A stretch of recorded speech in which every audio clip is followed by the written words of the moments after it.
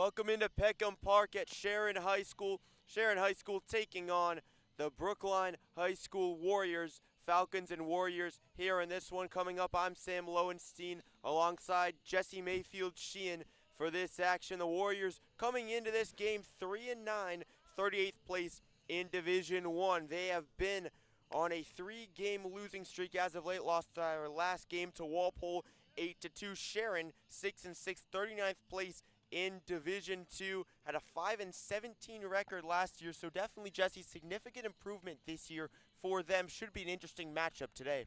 Absolutely, Sam. Plenty of intrigue here in this matchup between the Brookline Warriors and the Sharon Golden Eagles as we get ready for this one. Like you said, Brookline in a bit of a skid. This has been kind of a rough year for them. You know, they graduated a lot of talented guys last year. They've been sort of figuring out who they are without those guys, especially in the batting order, but also in the pitching staff as well. A lot less depth in pitching than last year, and I think the one big difference maker throughout this season and today is going to be keeping the ball in the strike zone, as so far this season, I think I had the stats. I haven't had a chance to pull up the season stats so far, but as I recall, I think that Brookline has given up about twice as many walks as they've gotten at the plate.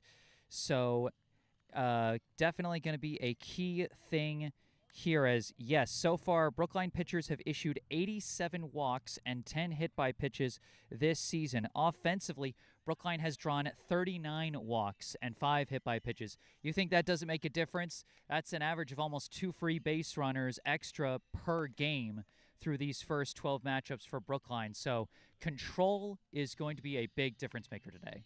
Well, it's definitely been a rough going of it for the Warriors. They've had 2 big losing streaks this season. During the 3-game losing streak and the 4-game losing streaks that they've had, during both of those skids, they've given up an average of 7 runs per game. So awfully difficult for the Warriors. Jesse, as you just said, they will have to command the strike zone and also be able to induce weak contact and just have good fundamental fielding, really just as a whole pitching-wise. When the pitching has struggled, the team has struggled, and during those skids, the hitting really hasn't been able to supplement it. Just a little over 3 runs per game, 3.25 runs per game in that 4-game losing streak, 3 runs scored per game during the 3-game losing streak. Yeah, definitely. It's, really been a case of, when it rains, it pours, fittingly for today, although the rain letting up out here in Sharon, which I am personally very happy about as the guy working all the electrical equipment out here. I have a coat thrown over my laptop to help keep it safe. I'm peeling it back a little bit to get a better view of my setup. But, it's been a less than ideal day weather-wise for baseball, but it seems like it's going to lighten up just in time to get it started. We can see some sun out in the distance beyond the clouds, so this should be a pretty good one, I think. If you don't mind me just taking a minute here, I'd like to give a nice little shout-out to our local charity spotlight for today, the Brookline Education Foundation. The Brookline Education Foundation raises funds to help promote growth and innovation among Brookline educators, growth that can then be passed on to the children of this community. For over 40 years, this foundation has given out a variety of grants across the educational landscape. These include Ideal Lab grants for teachers that want to present their students with new and exciting projects, and teacher grants for educators that want to further develop their own skills to bring to the classroom. Many initiatives which have become staples in the public schools of Brookline started as BEF grants. They support literacy education training, new methods in STEM education, project-based learning, mentoring of new principals and superintendents, and collaborative work around diversity, equity, and inclusion, just to name a few. Visit brooklinefoundation.org or call 617-232-3846 to find out how you can help support our town's educators and, through them, our students. Once again, that's brooklinefoundation.org or call 617-232-3846. And all that information, as always, down in the description section of this video down below, as looks like we'll soon be getting this one underway. Have you got some starting lineups for us, Sam? Yep, for Brookline, The number 1 hitter, Connor Fitzgerald, number 9. 2-hole hitter, Felix Hom, number 13, the catcher. Fitzgerald, the left fielder. At the 1-hole, Hugh Bollinger at the 3 spot, number 2. He'll be playing third base. Thaddeus Gomo, number 4, at first. Jimmy DiPaolo, number 5, at shortstop. Eli Hoffman, number 3, pitching to start the game for the Warriors. Wally Lawrence, number 24, the center fielder. Harris Hodgson, number 12, the right fielder. And then finally rounding it out, the varsity freshman Danny Carballo, number 30, at second base. For Sharon, Mason Silverman will start it off. Number 4, the second baseman. Brady Shufane, number 1, the left fielder. Matt Berkeley, number 2, the shortstop. Matt Cronin, number 25, the first baseman. Alex Coughlin, number 6, the catcher. Ben Hertzel, number 22, the third baseman. Naman Shukla, number 23, the designated hitter. Tucker Bufa, number 15, the pitcher. And then Ben Eo, number 14, the right fielder. All right, thanks for that, Sam. And then I think we got one more Sharon player, not in the batting order, just playing defense. Their center fielder, number 12, Aiden Peltz. Oh, we got a PA announcer giving us the starting lineups as well.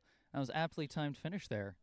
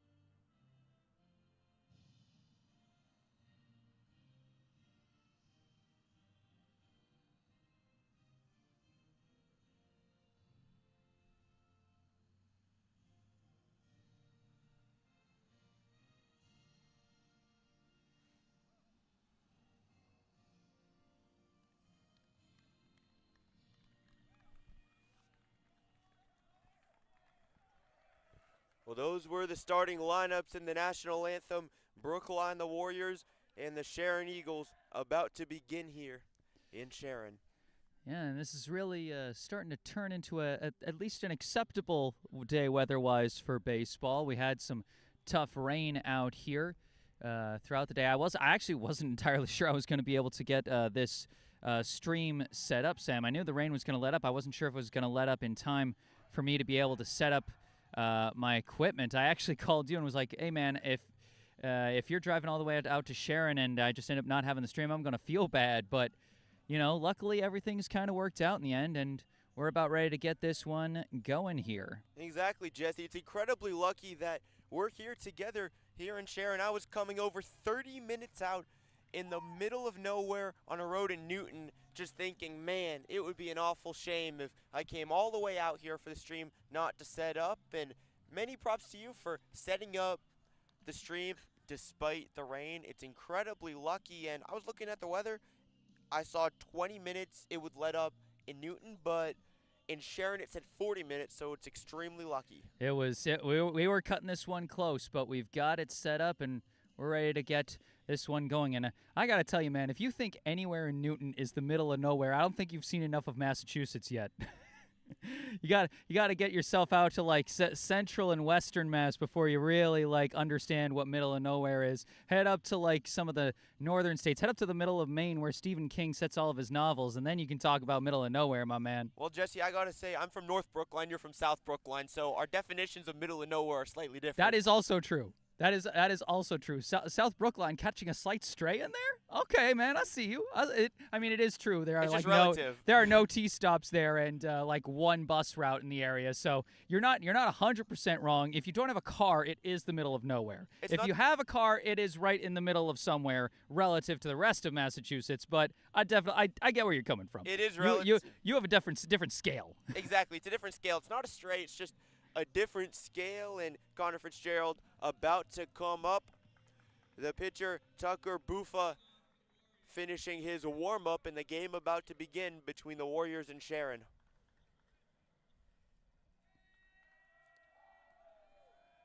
Fitzgerald digs in.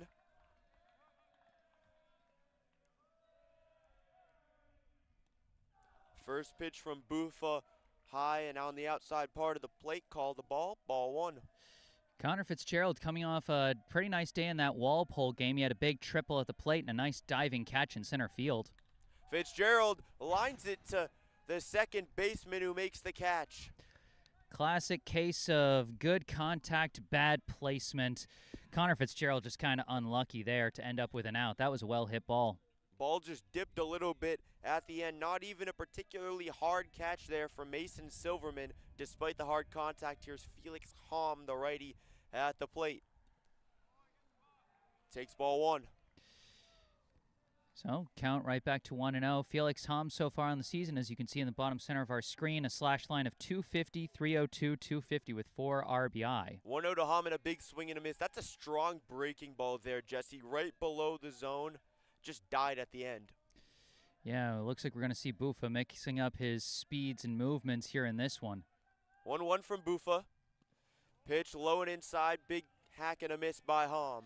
Still getting fooled in those low-dipping breaking balls. But you know what, Brookline, they got to, see what this guy's got and learn as the game goes. Looked like a changeup there from Buffa. 1-2 goes low and away this time. Breaking ball, ball 2. Yeah, listen, Hom right there saying, hey, fool me once, shame on me. Fool me twice, okay, it's getting a little shameful, but you're not fooling me 3 times. 2-2 pitch. Hom, little ground ball over, pulled, and it's foul. Good job to stay alive by Hom. He's a guy that can, battle with a pitcher for a lengthy period, just got to get the contact he wants to put it where he wants it. Pitch coming. Hom fouls this one off and back. Count remains the same. Another late dipping pitch, it looked like that time, as Hom just kind of swung over it just a tiny bit, but still got enough to stay alive here. And that's definitely something to look out for as Buffa tries to set up the breaking ball in his changeup with his fastball. Here's a high breaking ball up and inside, called ball 3, full count. Yeah, it looked like he was trying to go from high to middle there, maybe from inside into the middle, but it just hung on him. Full count. Hom called strike 3, but a drop third strike, a pass ball for a second throw over to first. Strikeout for Bufa and 2 outs in the top of the first. Yeah, it looks like Hom was looking for the ball 4 call there, got the strikeout, and thus he didn't really get a good break towards first base as that ball just briefly popped out of the glove of catcher Alex Coughlin. And a really nice pitch there. Fastball from Bufa, low and inside, able to freeze Hom. Hugh Bollinger now at the plate for the Warriors. Bollinger first pitch swinging, fouls it off. Yeah, the timing for Brookline's swing seems just a little bit off so far. But Fitzgerald managed to barrel up his ball, but just right at a fielder. But aside from that, a lot of foul ball chops. Hugh Bollinger hitting .310 with a on-base percentage of .370. He takes it low and away for ball 1. .548 slugging, 1 home run, 3 triples. So a major contributor contact-wise, power-wise. And really, we've talked about this a lot, Jesse. He has the complete package as a 5-tool player with those stolen bases as well. Takes a pitch up high, fastball, ball 2.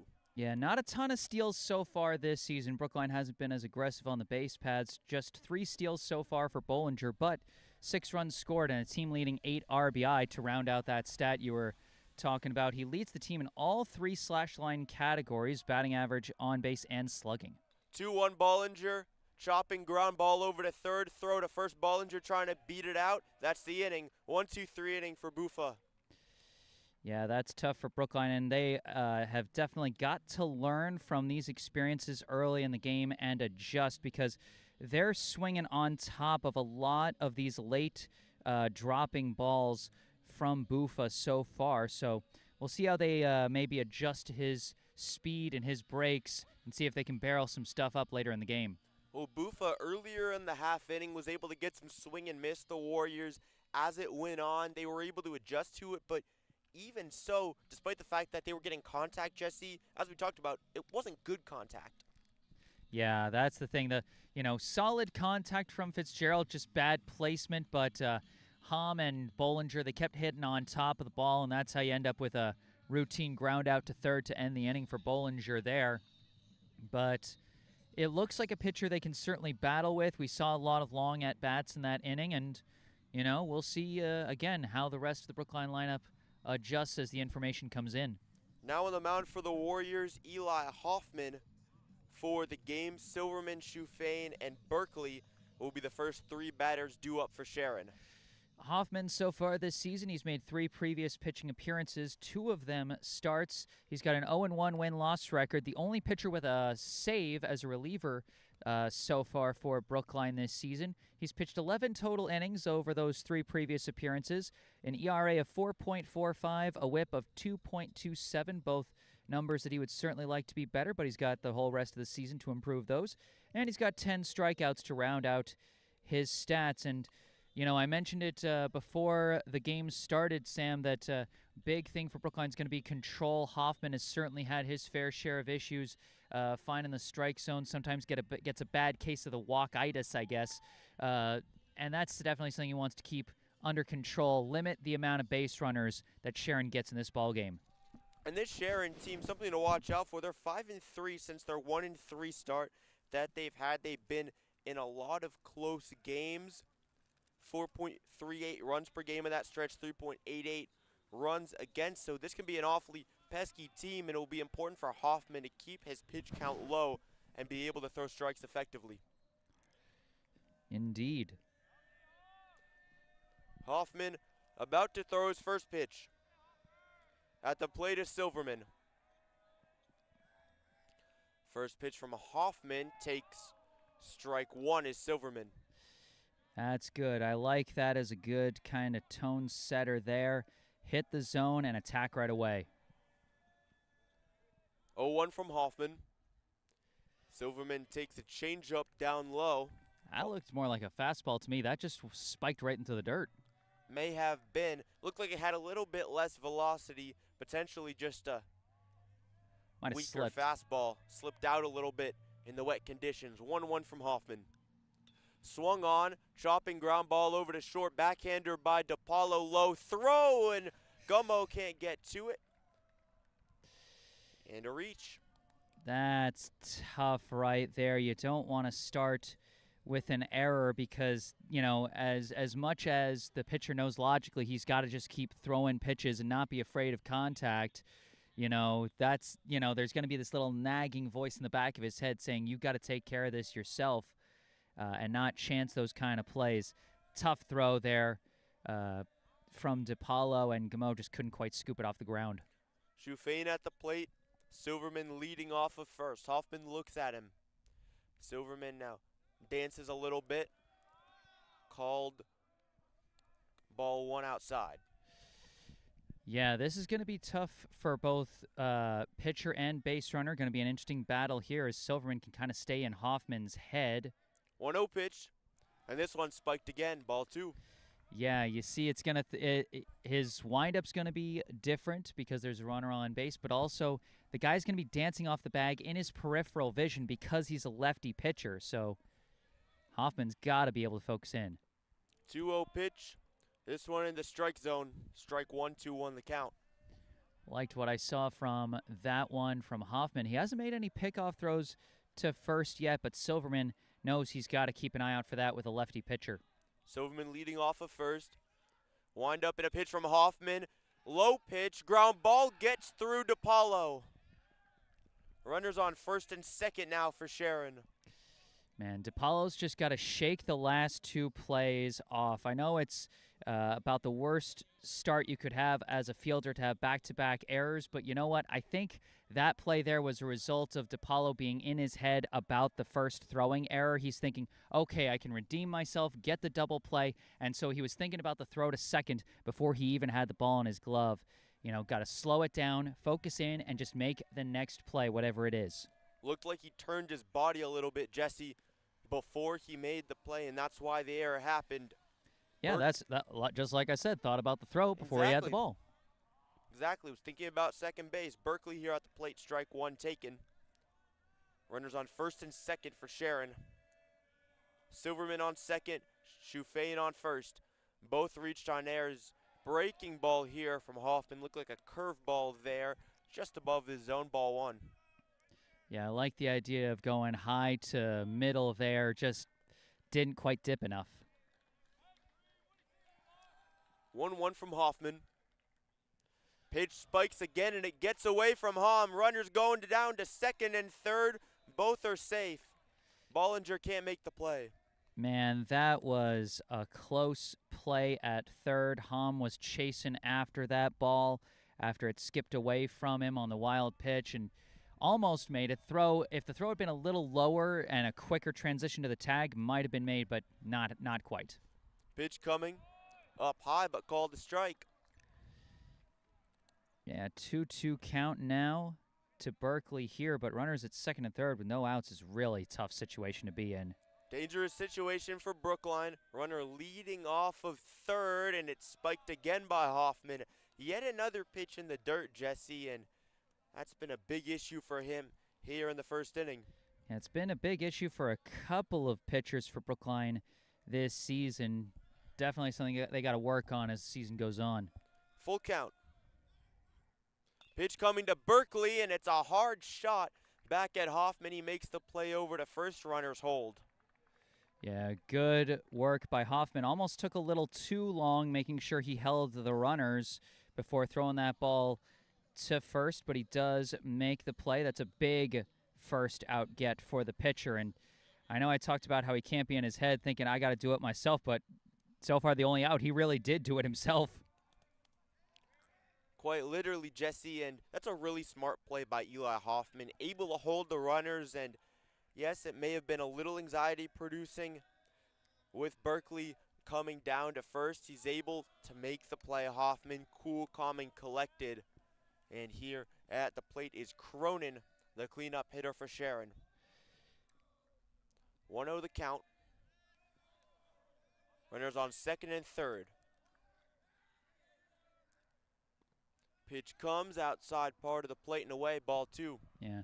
And the other thing, going back to that last play, I mean, even if Berkeley had managed to reach somehow, that just creates a force at every base. It almost doesn't even make the situation that much worse if that had happened. Infield, but of course, better to get the out. Infield in for the Warriors. Pitch in the strike zone. 2-1 the count. Yeah, interestingly, they've only got the corner infielders in. The middle infielders are actually pulled back, so that to me says they're focused on getting the outs, even if potentially the first run of the game comes in. 2-1. Fastball inside. Called ball 3-1 the count. And as a water bottle goes flying Yeah, around us. wind's picking up a little bit out here in Sharon. It's not as windy as formerly known as Warren Field, now Joe Campagna Field. Fastball low and away, ball 4, bases loaded for Sharon as Cronin walks. Yeah, like I said, not necessarily the worst situation. You've now got a force play at the plate if the ball gets put in play as a little bit of rain starts to fall again out here in Sharon. But you got a force play everywhere, a potential for an inning-ending double play if you get a grounder up the middle. Coughlin at the plate now, and another pitch by Hoffman that's pulled. Outside pitch, ball 1. Yeah, this is what I talked about with the free passes. Hoffman's got to be careful. He's got to settle in, got to, pitch to the zone, even pitch to contact if you have to. 1-0 pitch, swung on, hard foul. Much, much better there. That's what we're looking for. Meanwhile, an interesting situation for Coughlin. Anything into the outfield is likely to score you a run, either on a base hit or a sac fly. But in the infield, that's where things get interesting. 1-1. Pitch to Coughlin, swung on, down to center field. Wally Lawrence gets it, throws it back in, 1 run scores. Bases continue to be loaded, 1-0 Sharon. Yeah, just a well-barreled up ball there by Coughlin. Sent it up the middle. Not the speediest hit there, but this is where we talk about the importance of placement. If that pitch had been pulled by Coughlin just a little bit more, that might have been caught by Carballo for a big second out get, but instead finds the hole and finds the first run of the game. And now a courtesy runner coming in for Coughlin, Ryan Conway, the outfielder, class of 2028, the sophomore for Sharon. First pitch here coming in, ball 1 to the next hitter, Hertzel. Bases loaded for Sharon. Pitch from Hoffman. Big swing and a miss by Hertzel there outside part of the plate fastball. Yeah, just, you can't let that first run get to you. There's still a chance to keep this to a minimal damage. I mean, if you get out of this inning with just 1 run allowed after second and the third and nobody out, that'd be huge. And another strong fastball there from Hoffman. This one at the top of the plate, and that will be an important thing for him, whether he can command that fastball. And it'll be interesting to see if he opts to go with higher pitches rather than lower, knowing his struggles with spiking pitches, and there is one of them. Yeah, boy, right as you said it. And like you said, gotta keep the command of that fastball. That is the foundation of your pitch set. That's what sets up your breaking balls. That's what helps keep your command. 2-2 from Hoffman with the bases loaded. Big swing and a miss, and he gets the strikeout of Hertzel. And the fastball was looking great throughout almost that entire plate appearance. Big out get for Hoffman. 100%. Just a great job by him to command the fastball. With the exception of that one spike pitch, he's able to throw it effectively in the middle and the top of the zone. Shukla now at the plate for Sharon. Bases loaded, 1-0 Eagles over the Warriors.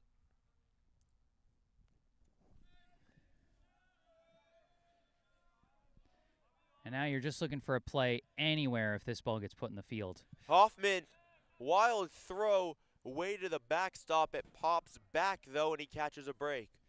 Yeah, almost caught a break just off of how much that one missed by and how hard he was throwing it as it ricocheted hard off of the padded backstop here in Sharon. If that's Warren Field or Jerome Campagna Field, I should say that could have definitely been a run scored. Lucky play for Hoffman. I disagree on that one. It's Maybe. a short distance between the home plate and the backstop at Campagna Field. It's really just a matter of how it might have ricocheted. It might have taken a weird angle on the bounce off the backstop at Campagna, and that might have led to a run. That's more what I was thinking. Okay. Pitch coming from Hoffman. Take it at the top of the zone. It's a walk. 2-0 Sharon. Oh. I lost track of the pitches there. I thought that was a three. I thought that was ball three, Nope, but that's a 4-pitch walk for Shukla as he yeesh. walks in a run and gets an RBI. So hard to keep track of everything when I'm going under and out of my coat here, keeping things safe from the rain. Another high pitch from Hoffman, and now he's struggling to command the high fastball a little bit. High and away rather than low and in spiked. Interesting how his pitch selection has changed and how his struggles have changed as the inning has gone on. Now Bufa, the pitcher at the plate. Bufa takes it down low, throw back over to Gummo at first. Nearly makes the play, but Shukla is able to dive back in. Yeah, that was a close one there. And, you know, if that ball hadn't bounced to get there, I think that's an out. It was a good read by Hom, just a less than ideal throw. 2-0 coming. Pitch taken, middle away, ball 3. 7 straight pitches outside of the zone for Hoffman since getting the strikeout on Herzl. He's got to get back in the zone. Well, Jesse, you talked about how important it is for Hoffman to command the zone and for the Warriors in general as he throws a strike there. Their struggles with walks, how they've walked so many more hitters than they've drawn walks, and how it's really been an issue for the team. Big pitch coming here, 3-1. 3-1 to Bufa. Taken down low, but he throws a strike, bottom of the zone fastball. Wow, that one must have gone over the plate before it dipped. Close call there, and very fortunate for Hoffman as he just barely stays alive in this battle against the batter.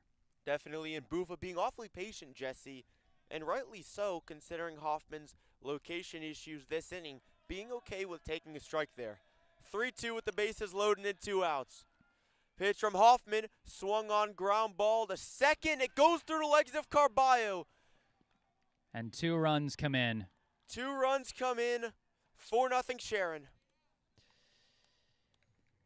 Man, that is rough. 3 infield errors committed by Brookline this inning. And, you know, when you're struggling to find the zone the way Hoffman has been, your fielder is not having your back while they're struggling too. That just compounds on it. And, I mean, that's also been a big problem for Brookline is the defensive miscues. We talked about it a little before the game, but just to put some numbers to it, so far this season, Brookline has allowed 73 runs defensively across 12 games. That's a little over 6 runs a game. Only 41 of those 73 runs was earned. So, you know, and some of that's like, oh, you commit one error early and then the other team gets on a hit fest. But still, it's like the pitcher is still doing enough to get out of the inning if the fielders aren't making mistakes behind him. And, man, you wonder how much the wet field is affecting the infielders' instincts on tracking these grounders. Definitely affects the fielding. Bryce Hellendrung, the freshman, warming up in the bullpen for the Warriors. Over towards us, and now new hitter at the plate for Sharon. Ben Eo, the right fielder at the plate. Ben Eo takes a strike. And Jesse, we talked about this a lot. You specifically brought this up. Eli Hoffman, how important it is for him to throw strikes and trust his fielders. Well, if the fielders are making errors, definitely hits his confidence a little bit. Yeah, like I said, you know, it's like logically he knows that those guys can still make plays, but there's going to be a nagging voice in the back of his head, just a little bit of anxiety as he spikes that one. And yet again spiked, and some of these pitches, Jesse, that he's spiking could be because he's trying to get swing and miss because he's not trusting the fielders. It all compounds. Runner leading off of first. 2-2 to Eo. Ground ball chopper over at Carballo, fields it to his body, throw to Gummo, and he makes the play, ends the inning. Brookline down 4-0 to Sharon. Yeah, nice little bounce back play for Carballo on the bouncing ball, and man, that's a tough spot to be in. You know, I think Hoffman could have pitched that inning better, but, if not for the fielding mistakes, then he doesn't have to. I mean, he induced 3 grounders to the first 3 batters he faced, but only one of them was out. And then after that, things just kind of started to compound there. A walk, an RBI single, 2 batters later, a bases-loaded walk. Just overall a very tough inning for Brookline all around. And this Sharon team, they do have the capacity to win big. In their 5-3 stretch, they had a 10-0 win against Brockton. So even though this team is awfully up and down, when they're hot, they can be awfully hot. And Brookline is going to need to find some heat in their offense. Some heat that they really didn't have that much in their last game against Walpole. They've been struggling to keep up with their opponents offensively. We mentioned how they've allowed 73 runs so far this season. In total, they've scored just 46 through 12 games, so averaging a little less than 4 runs a game while giving up a little over 6 runs a game. Thaddeus Gummo coming up to the plate for the Warriors. After him, it will be DePaulo and Eli Hoffman, the pitcher.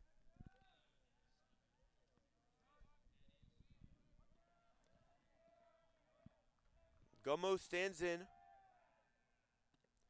And the pitch coming just a little bit outside the zone, called ball 1. Gummo, a solid contact guy for Brookline so far this season, a batting average of .302. Slugging is identical at .302. On base just a little bit higher at .318, so not a lot of walks. Mostly all singles for Gummo when he gets on base. Also got 1 steal, 5 runs scored, and 1 RBI. Gummo awfully disciplined in this at-bat as he fouls that one off from Bufa. Yeah, he hasn't been chasing those low-dipping throws from Bufa, and that could be a good adjustment from Brookline if they have a better understanding of the trajectory of his pitches. That's really what it seemed like in the first inning. Bufa was able to confuse the Warriors hitters with the different pitches that he has. That variety paying off a lot. Slider misses low and away for ball 3. Yeah, good patience from Gummo here. 1 ball away from leadoff walk. 3-1. Gummo fouls it off, left side, ball 3, strike 2, full count. Yeah, giving him a battle here. They're getting contact again, just looking for the good contact that they want. 3-2. Gummo fouls it off again. It's so interesting watching Gummo swing because when you're watching from far away, it almost looks like a slower swing, and yet he's got such precise timing and placement with his batted balls. They might not be the most powerful shots, but puts him in good spots. 3-2, and he fouls it off again. And I was thinking that as well, Jesse. It's almost like he's swinging slower than most players that you see. It's awfully interesting, but he's still able to time it up well. It could just be that he has unique timing. 3-2, and he fouls it off again. Continues to be pesky in this at-bat. Yeah, and that's what Brookline wants. Stay pesky, stay building up that pitch count, and stay, having more information to study on the pitcher. Full count to Gummo. High pitch, ball 4. Thaddeus Gummo walks to start the inning. A rare instance of a walk for Gummo, but he more than earned it with a long battle at the plate there. Jimmy DePaulo now at the plate for the first time this game, hitting .250 for the Warriors, .318 on base percentage, 1 home run, and a .375 slugging percentage, 2 stolen bases. Pitcher goes down. Bufa trying to pick off Gummo at first base. He's able to dive back in. Yeah, DePaulo, he's had himself a pretty good week so far this week as he's really built up his RBI count. I think he's got something like 4 RBI this week alone to build up to his 6 total on the season. Also tied for the team lead in runs scored with 9. Gummo leading off of first. Pitch in there for strike 1. Yeah, Gummo not the fastest runner, and like I said, only 1 steal so far, but he gets on base and he becomes a threat. 0-1 to DePaulo, throw back down.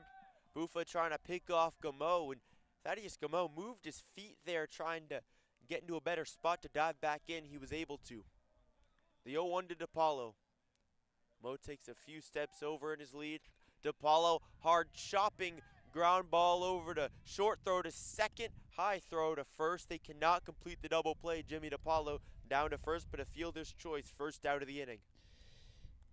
Yeah, DePaulo would certainly like to have that one back as it's another chopper for Brookline, but good speed on the bags to make sure that didn't turn into a double play.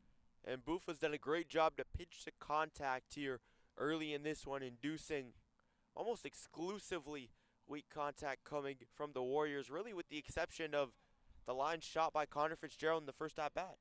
Yeah, Brookline's still trying to figure out how they want to time this up to get good contact. Eli Hoffman at the plate for the Warriors now. Hoffman hitting 0-48 so far this season with 2 stolen bases and 2 runs. Throw down to first again. Jimmy DiPaolo trying to lead off of first. High throw, called ball 1. Yeah, and Hoffman, batting average is considerably low, but a high on-base percentage as he's near the team lead in walks. I think he's second on the team in walks so far this season, so he can be a good patient hitter. 1-0 to Hoffman. He chases a pitch down low, breaking ball there below the zone. Boy, right as I say that, he gets fooled on a breaking ball there from Bufa, and we know Bufa likes to go low with those breaking pitches. Got to be careful not to fall for his traps. 1-1. Throw down to first again. Bufa yet again trying to pick off Thaddeus Gameau. You mean Jimmy DiPaolo? Jimmy DiPaolo. It gets confusing. You think of fielder's choice in your brain. Oh, it's an out. The batter must be out. Nope. Ground ball over to first. Play is made. Throw to second. Throw back to first. It gets away, though. And yet another fielder's choice. Eli Hoffman. Wait a minute. He was out. Eli Hoffman didn't touch first. That's not what they called. What they called is that he turned left after touching the bag. He was walking back to the bag thinking that he had turned right. This is an important rule thing to know in baseball. If you hit first base, you have to turn off to the right of the first base line in order to be considered out of the play so that you can then just walk back to first like you're used to. They're saying that Hoffman, in his hesitation of not knowing whether to go to second or not on the throwing error, he went a little bit left. And as a result, he needed to run back to first base because they could just tag him and consider him out. So it does turn into sort of a weird 3-6-3 double play. That's all I'm going to write it as, is a 3-6-3, because trying to keep track of where all the throws actually were, yeah, I'm not doing that. Well, it definitely was it looked like it could be a 3-6-3 double play. Definitely an unorthodox one, but doesn't mean it wasn't. Yeah, well, I mean, there was one extra throw in there, or maybe the exact same 3 guys that he saw at the beginning of the first inning, as all 9 batters got to come to the plate in that first frame for Sharon. And that's such an important start for Sharon in this one. Division II team going up against the Division I Warriors. But a huge momentum boost for them. Silverman here at the plate. Silverman skies it to right. Hodgson going back, looking over, and he makes the catch. Good play by Hodgson there. So easy to lose that ball in the sky, especially with all these dark clouds, but he tracked it well and made the first out. And a big 1-pitch out for Hoffman after how long that first inning was. He wants these following innings to go by fast. And also extremely importantly, the fact that Hodgson made that catch. Hoffman feeling potentially that he can trust his fielders a little bit more with that 1-pitch out. Shufane now at the plate. Takes a ball, but it pops out of the hands of Felix Tom. Shufane reached in the first inning on an E6 and then scored a run. 1-0. Pitch from Hoffman to Shufane. High ball 2. Yeah, don't want to let this snowball into a loss of control. Hoffman had some decent control, only lost control during a couple small stints in that first inning. 2-0 pitch, skied foul, comes over to the street, and it's a long strike. Oh my gosh, this was the funniest thing. The pitcher warming up in the bullpen lost the ball. It rolled under a car's wheels. The car kind of stopped in surprise after running over the ball, and then the foul ball was going in the car's direction. I was like, no, please. Thankfully, everybody's okay. 2-1 pitch called strike 2. Fastball from Hoffman, and Jesse, he's doing a good job to command his pitches here in the second. So far, so good for Hoffman. 2-2. Coming from Hoffman to Shufane. Shufane lines it into left center. It gets down for a hit. Wally Lawrence throws it back in. Base hit for Shufane. Yeah, that's tough there. Hoffman, for the most part, pitching that one very well, but sometimes the batter just wins the battle. And you just got to, keep trucking along and keep throwing strikes. 100%. So important to trust your stuff and trust your field. There's Berkeley at the plate now for Sharon. Takes a pitch inside for ball one. Berkeley in the first inning for Sharon had a 1-3, grounded out. 1-0. Berkeley takes one down low, changeup from Hoffman below the zone. Yeah, Hoffman trying to go with different speeds, some fastballs, some cut fastballs, some changeups. He's trying to mix it up, but got to make sure he stays in the zone. Shufane not taking much of a lead, keeping pretty close to Gummo, and a big cut and a miss, strike one. Yeah, again, fooled on the change of speeds in the late break on that pitch. Good throw from Hoffman. Eli Hoffman able to keep the hitters on their toes a little bit better here in the second inning. High pitch there, came inside, and that did touch the bat. That's what it looked like. I thought I heard a little clink, and that was a check swing foul. Bad luck for Berkeley. 2-2 after the unlucky foul ball. Pitch coming from Hoffman. 2-2 comes into the zone. Called strike three. Beautiful breaking ball from Eli Hoffman there. I loved the different pitches he was throwing in that one, mixing it up, not just his fastball, but also his cut fastball, his changeup, curveball that time.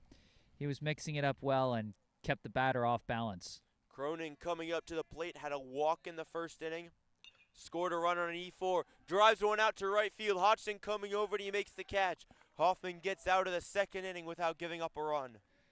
Good bounce back from Hoffman. Good play out in right field by Harris Hodgson. And now the only question is, can Brookline bounce back offensively in the third inning? And that's such an important inning, Jesse, for Brookline. Despite the fact that the bats still struggled, Eli Hoffman only gave up the one hit. He's really able to control things, and the fact that Hodgson makes those catches could increase team morale quite a bit and make the Warriors realize it's only the third inning.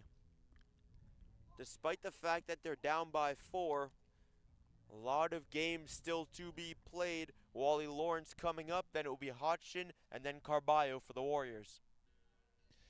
Yeah, lower part of the batting order, which can sometimes make it a little tough to bounce back, as unfortunately the top and middle of your lineup didn't get much going for you, and so it can take that much longer to cycle around to the top. I mean, one of the things they say in baseball is that the second time through the order can be so huge because now you've seen the pitcher's stuff, you have a little bit of a better understanding of it. Everybody's had a chance to see him and see what he brings, but while Sharon got through their entire order in the first inning, Brookline still hasn't had everyone come up to the plate yet. Now they'll finish that turn through the order by the end of this inning, guaranteed, as it takes it can only take at most 3 innings to get through your full order, because 3 times 3 is 9.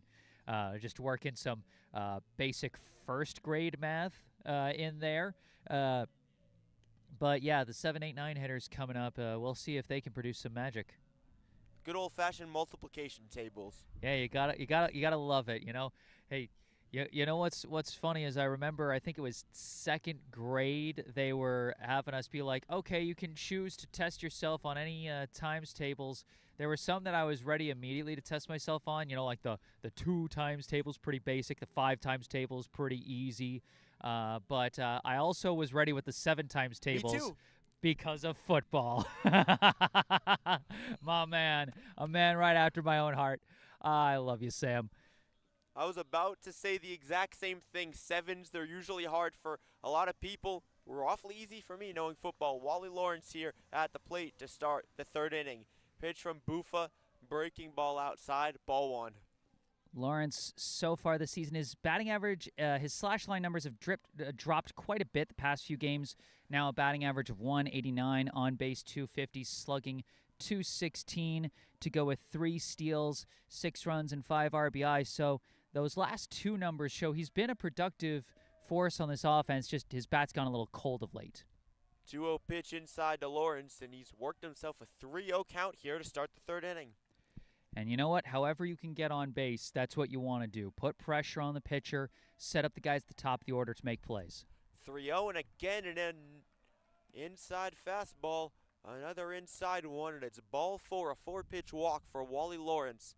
He gets on to lead off the top of the third. Hey, when your opponent's making a mistake, don't interrupt him. Just take the pitches and take your trot down to first. Harris Hodgson now at the plate. Lawrence has to dive back into first, pickoff attempt. Lawrence is a speedy base runner. He's a guy you've got to watch out for. So that could potentially get in Bufa's head. Interesting battle going to take place at first here. Hodgson at the plate. Lawrence taking a sizable lead. A high fastball and ball one. And Bufa has not thrown a strike here yet in the third inning. Yeah, 5 straight misses for him to start this one off.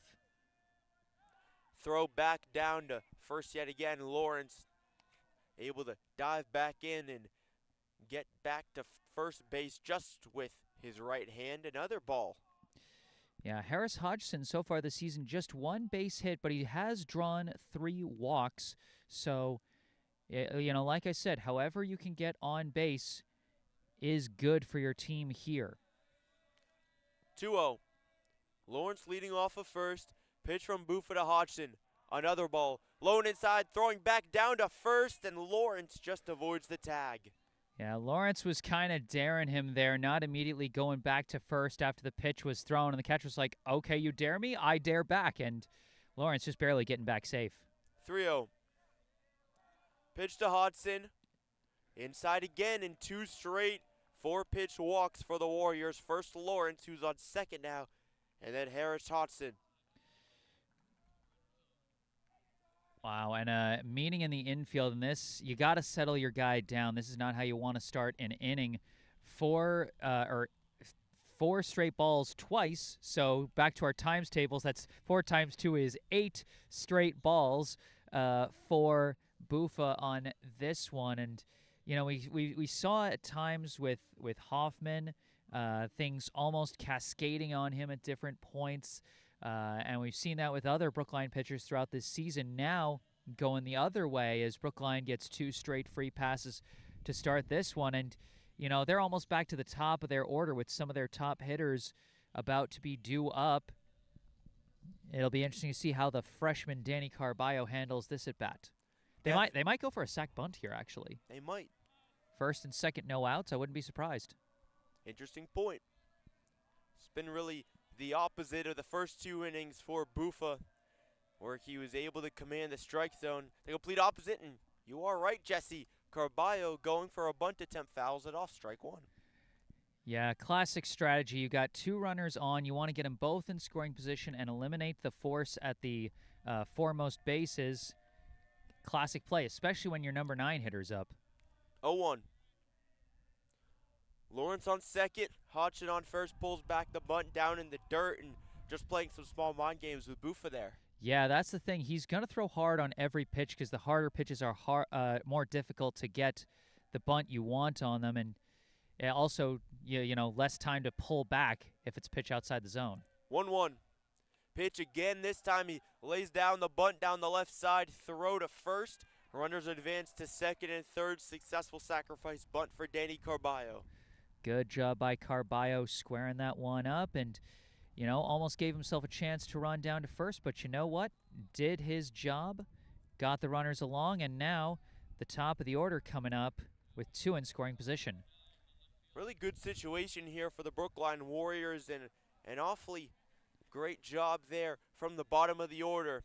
The first 2 in the bottom 3 able to get on with 4-pitch walks, and Danny Carballo, the freshman, pitching in. Swung on to the opposite field by Fitzgerald, and it is caught by the shortstop.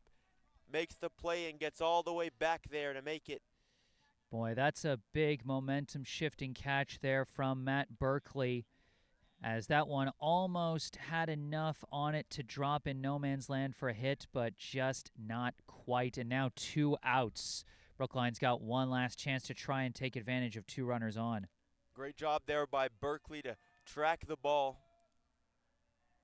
Despite the not easy cloud cover with patches of sun and patches with clouds here in Sharon. First pitch to Hams, low and away, breaking ball, called ball 1. The 1-0.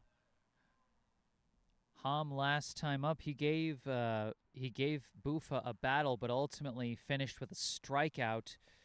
So he can make Bufa work for this one, but ultimately he wants to get a base hit, bring at least 1, if not 2 runners in. An interesting little fact, Jesse. So far for the Warriors, Connor Fitzgerald has been the only player not to ground out, and both of his plate appearances have not resulted in ground outs. 1 line out and 1 pop out. That's true. I mean, also the 3 guys who walked. Everybody who makes contact. Yeah, exactly. Pitch coming to Ham. Takes a pitch inside, fastball, called ball 2. Man, a tight one there, but Ham saying, I'm not giving you anything. You want to get me out, you're going to have to work for it. 2-0 coming with Lawrence on third and Hodgson on second. Lawrence leading a little bit off third. Pitch down and in. Close, but called ball 3. Bufa trying to attack the inside of the plate, but Ham is not biting on anything, and now a big hitter's count here. 3-0 to Ham. Lawrence takes another lead off of third. Pitch coming, called strike 1. Yeah, Ham's going to take that every time, and Bufa keeping his composure to at least take the free strike there. 3-1 coming. Pitch from Bufa to Ham.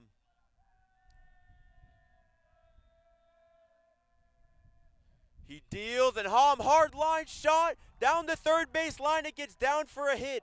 2-run score, and Felix Ham has himself a 2 RBI double. Boy, Ham smoked that one.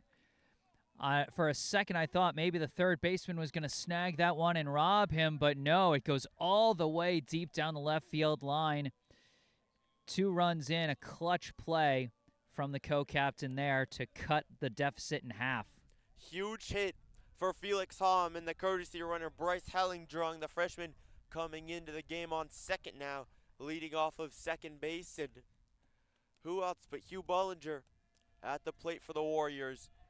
He's done great in his hitting this season. Big moment for him. First pitch to Bollinger, called strike 1, down in the zone, fastball. Yeah, Bollinger, he's had himself a doozy of a season. You know, cooled off a little bit after how hot of a start he got out to, but he's always got the potential for that one big swing whenever he comes up to the plate. Bollinger does have a home run this season, a grand slam that we called together. And also 3 triples on top of it. He's had himself a spectacular season in terms of launching things deep into the outfield. Incredible power from Hugh Bollinger. 1-1 coming. Hellingdrung on second. Pitch from Bufa. Bollinger, hard line shot to left field. It gets down. Another hit for the Warriors. Center fielder bobbles it. Throw back into second. RBI double for Hugh Bollinger. Wow, the bats heating up at just the right time for Brookline. The bottom of the order getting work done, putting them in a position to make plays, and the top of the order saying, we're going to carry this along for you and make those plays. Another extra base hit added to the collection of Hugh Bollinger this season. Bollinger smokes that one to left center, 4-3, and just like that, the Warriors only down by 1 here in the top of the third inning. And still the middle of the order coming up in this situation. 100%. Now another strong hitter coming up for the Warriors, Thaddeus Gameau. Gameau, as we've talked about, so much, Jesse. Just a really consistent hitter with all the singles he's been able to produce, and the perfect kind of guy that you want in a spot like this. Yeah, a single to the outfield like he's produced so many of. Could easily score the speedy Bollinger from second as they're trying to pick him off there. They know he's one to watch out for. 1-0 coming. Bollinger continues to lead off of second. Pitch from Buffa. And a dropped strike there, but it's in the zone. Yeah, everything is just a little more wet and slick after the day's rain. Things may have calmed down out of the skies, but still, conditions are going to affect things. The 1-1, and Buffa looks back for a second, steps off the mound. Yeah, they want to keep Bollinger honest and make sure that he doesn't get as good of a break off the bag as he possibly can, because there might be a play at the plate if the ball gets hit to the outfield.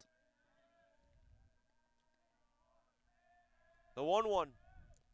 Pitch is way high and inside. Bollinger's going down to third. Stand up. And he's easily able to get down there.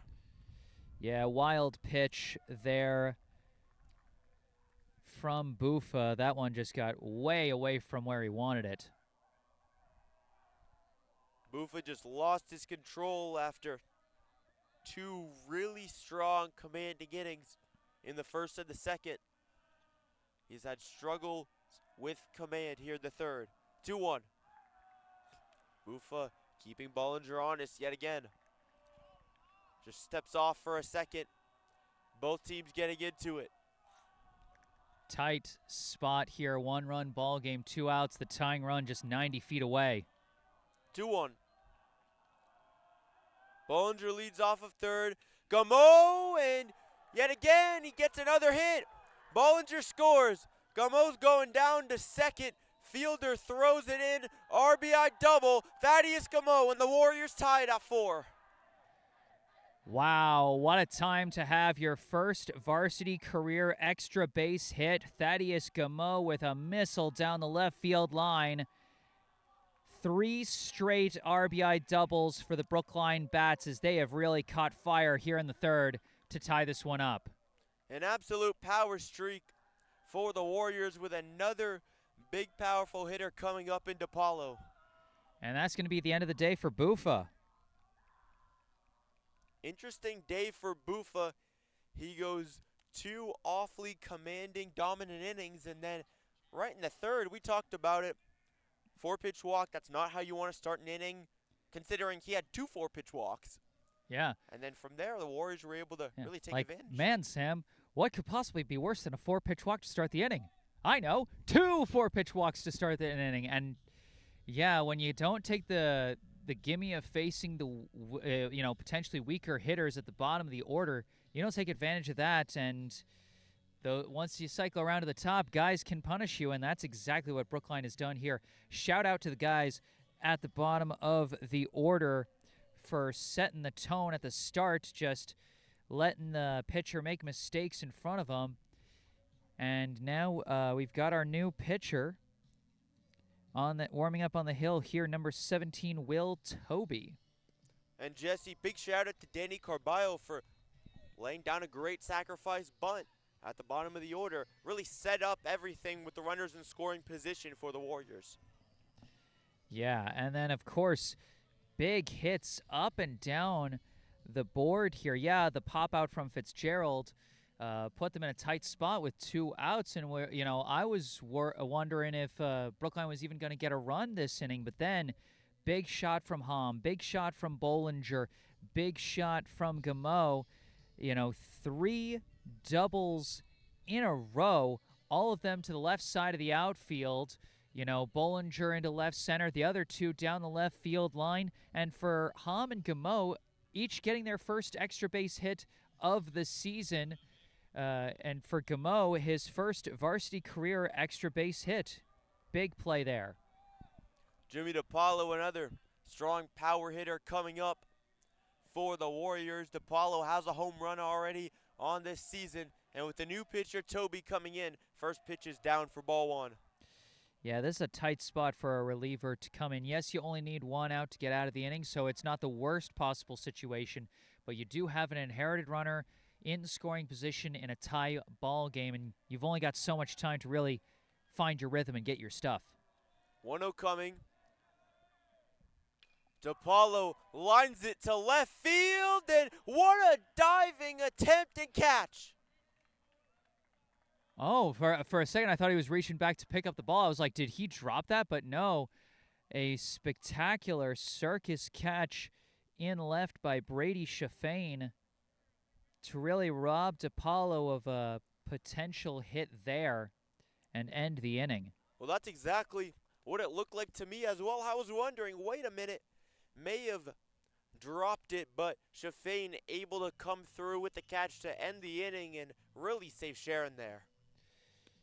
Yeah, really helped them get to the end of what was a very tough inning for the Sharon defense, and now it's a whole new ball game. Reset from scratch. I mean, granted, the home team gonna basically one inning ahead as they now get to come to the plate in the bottom half of the third, so they've got one more chance at the plate to break this tie than Brookline does. But still, what a huge comeback inning from Brookline. And this definitely can be an up and down team for Sharon. Their record at 6-6. They have that 10-0 win against Brockton, but they also have a 5-inning Mercy Rule loss versus Taunton. So on a good day, this team can really punish you, and that's what we saw in the first inning. But here in the third, the Warriors able to go off there, and if it wasn't for that incredible diving catch by Sheehan, could have added more. Certainly a special offensive inning for Brookline, really the spark they've been looking for. And we've actually got a note from the man, the myth, the legend, Joe Campagna in our live chat that I missed earlier. He was talking about that play where Eli Hoffman was called out to end the top of the second. He said the rule on that play at first base is runner can turn to left but can't make a move towards second or can be called out. Give Sharon's second baseman credit for being heads up and making the tag just before the foot got back. And yeah, it was heads up play, knowing the rule and making the tag. And a nice little extra clarification there from former Brookline baseball head coach Joe Campagna. Coughlin, Hertzel, and Shukla do up in this inning. Coughlin at the plate takes a pitch down low there, and it's ball one. Yeah, your offense just got you back in it. Don't waste this opportunity. Attack, throw strikes, and get outs. Another low pitch, this one called a strike.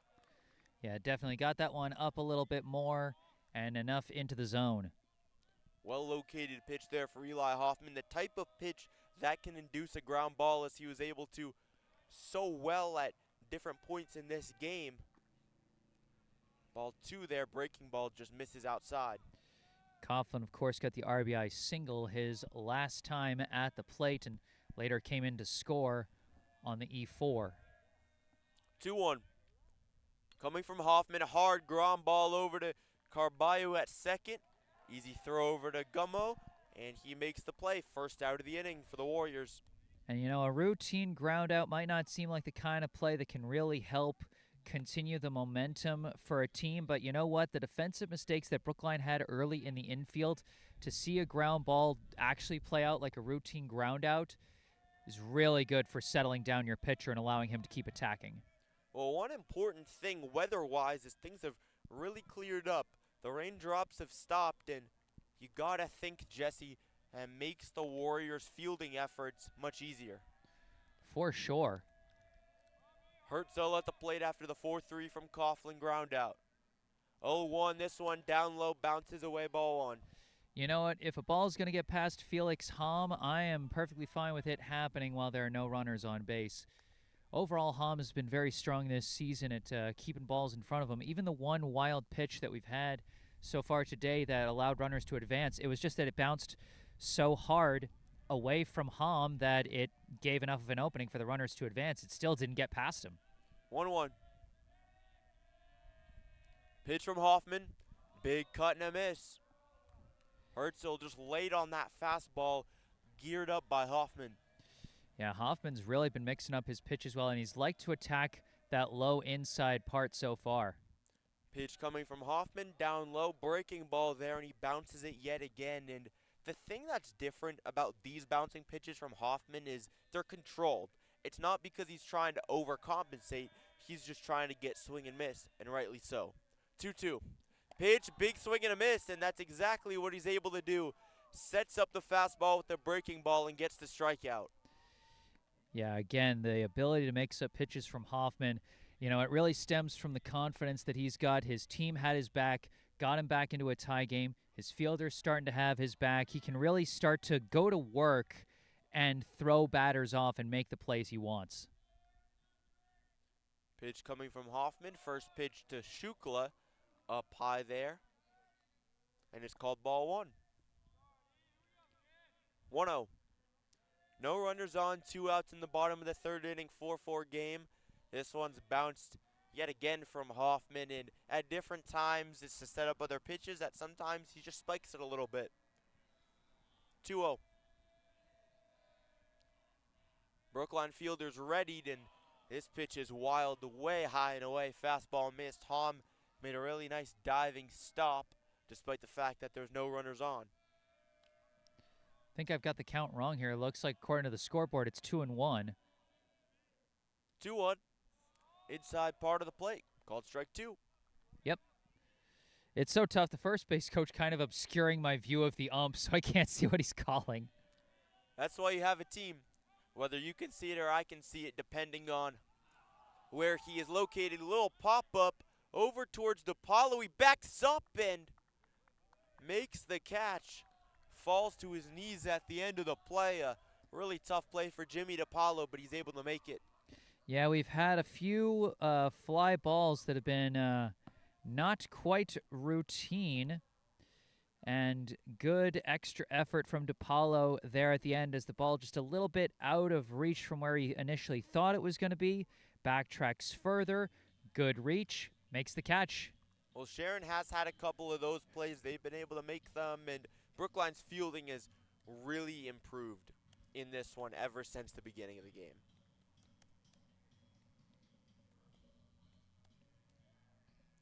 Four ball game, top of the fourth inning coming up. The Brookline Warriors put up 4 runs in the top of the third inning. Extreme power showcased from them, and really they were able to just absolutely go to town on Bufo. Will Toby was able to get out of the inning, getting 1 out with the 1 batter he faced after an incredible diving catch and left. Yeah, and how about Eli Hoffman being able to answer back that offensive burst from his teammates by putting Sharon down in order in the bottom half of the inning? I mean, now it really is just a whole new ball game. Both teams got 4 innings to work with to try and add more to the scoreboard, but we're all squared here. Eli Hoffman's done an incredible job to settle in after the rocky first. Just, you got to give him props, Jesse. He's done an amazing job, and we talked about how he's going to have to work quickly and get quick outs. That's exactly what he has done. He hasn't had to exclusively rely on the strikeout. He's been able to really be consistent in getting these outs, trusting his fielders. It's paid off. Absolutely. I mean, he's gotten out 6 of the last 7 batters he's faced, or I guess 7 of the last 8, dating back to the end of the first inning. And only 2 of those 6 outs in the last 2 innings were strikeouts. So you're right, he's been able to rely on his fielders. And speaking of Eli Hoffman, he's here at the plate now. Takes a strike down the middle fastball. Top of the fourth, it will be Hoffman, Lawrence, and Hodgson due up. Pitch coming from Toby.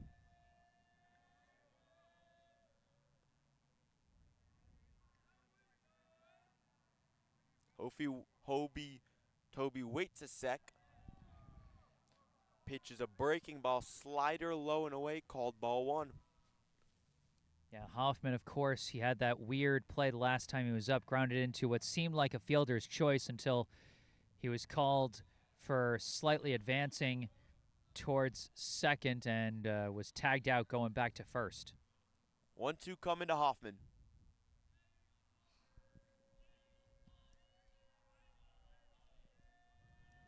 Sharon trying to settle down their pitching staff after the 4-run Warriors outburst in the top of the third. 1-2 to Hoffman.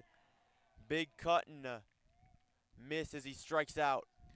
Yeah, that breaking ball just dropped right off the table, and Hoffman fell for it, hook, line, and sinker.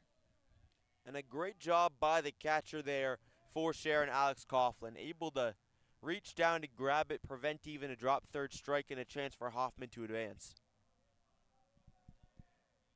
Next up for the Warriors, Wally Lawrence. He walked. Earlier had a 4-pitch walk to start the top of the third in the last inning. Also scored a run. Yeah, that walk of his to lead off the inning, that really ended up getting a rally started for Brookline, and now he's got himself a favorable count to start here at 2-0. 100% Jesse, and the momentum that the Warriors were able to get with the 2 4-pitch walks from him and Hodgson, and Wally Lawrence, yet another ball. He has faced 7 straight balls. Yeah. He's like, listen, if you're not going to give me anything to swing at, I'm just going to let you keep making a mistake. And now he's bunting, but not really bunting. He just takes it down low, induces the pitch below the zone, and takes ball 4. That's 2 4-pitch walks for Wally Lawrence. Brookline, the Warriors, now with 3 4-pitch walks overall. That is 12 balls and no strikes if you add it up. More fun with math. And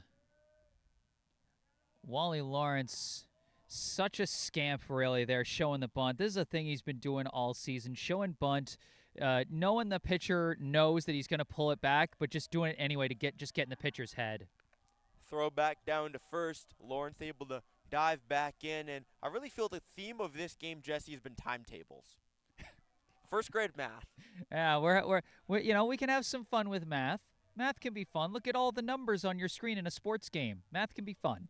It's statistics. A little bit less than that. These are definitely not major analytics that MLB teams are using, but 12 balls, no strikes, 3 4-pitch walks. Lawrence leading off of first. Hodgson, big hack at a foul ball, 1-2. Yeah, this far from another 4-pitch walk for Hodgson. Toby challenging him here. And Toby able to settle back in here. Inducing strikes. Lawrence stealing second. Swing and a miss by Hodgson. He strikes out, but Lawrence gets down to second base, and Hodgson a little bit confused, but yes, it's a strikeout. Yeah, no, the confusion there was that because Lawrence took second, did that mean that Hodgson could try to advance on the dropped third strike? And the answer to that, very clearly no. Because the strikeout happened before Lawrence firmly got to second. But still good on Harris Hodgson. Heads up play to even try it. Yeah, I think it was more he was trying it because people from his dugout were screaming for him to go. 0-1 to Danny Carballo. Had a nice sacrifice bunt in the top of the third inning, which set up both Hodgson and Lawrence in scoring position. Huge hack and a miss there, 0-2. Carballo still searching for the first base hit of his high school career. Nice swing there, but just got to time it up right. In the last game we called, he nearly had a hit, but it was taken away by a diving catch made in left. Carballo takes a pitch up high, and Lawrence steals third base. Boy, I was, looking down at the scoreboard to update the count, and I look up and I'm like, wait a second. How'd Wally get there? How about that stolen base from Wally Lawrence? A stand-up steal of third. And Lawrence faked that he was trying to steal home, swing and a miss by Carballo. It doesn't matter. And Sharon gets out of the inning.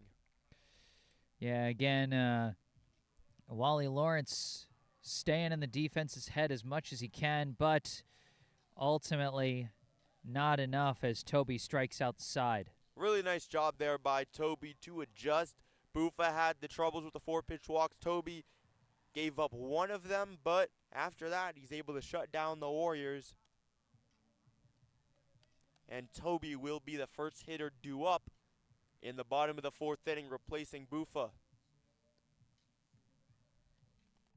After him, it will be Eo and then Silverman for Sharon. And Brookline continuing to stick with Eli Hoffman.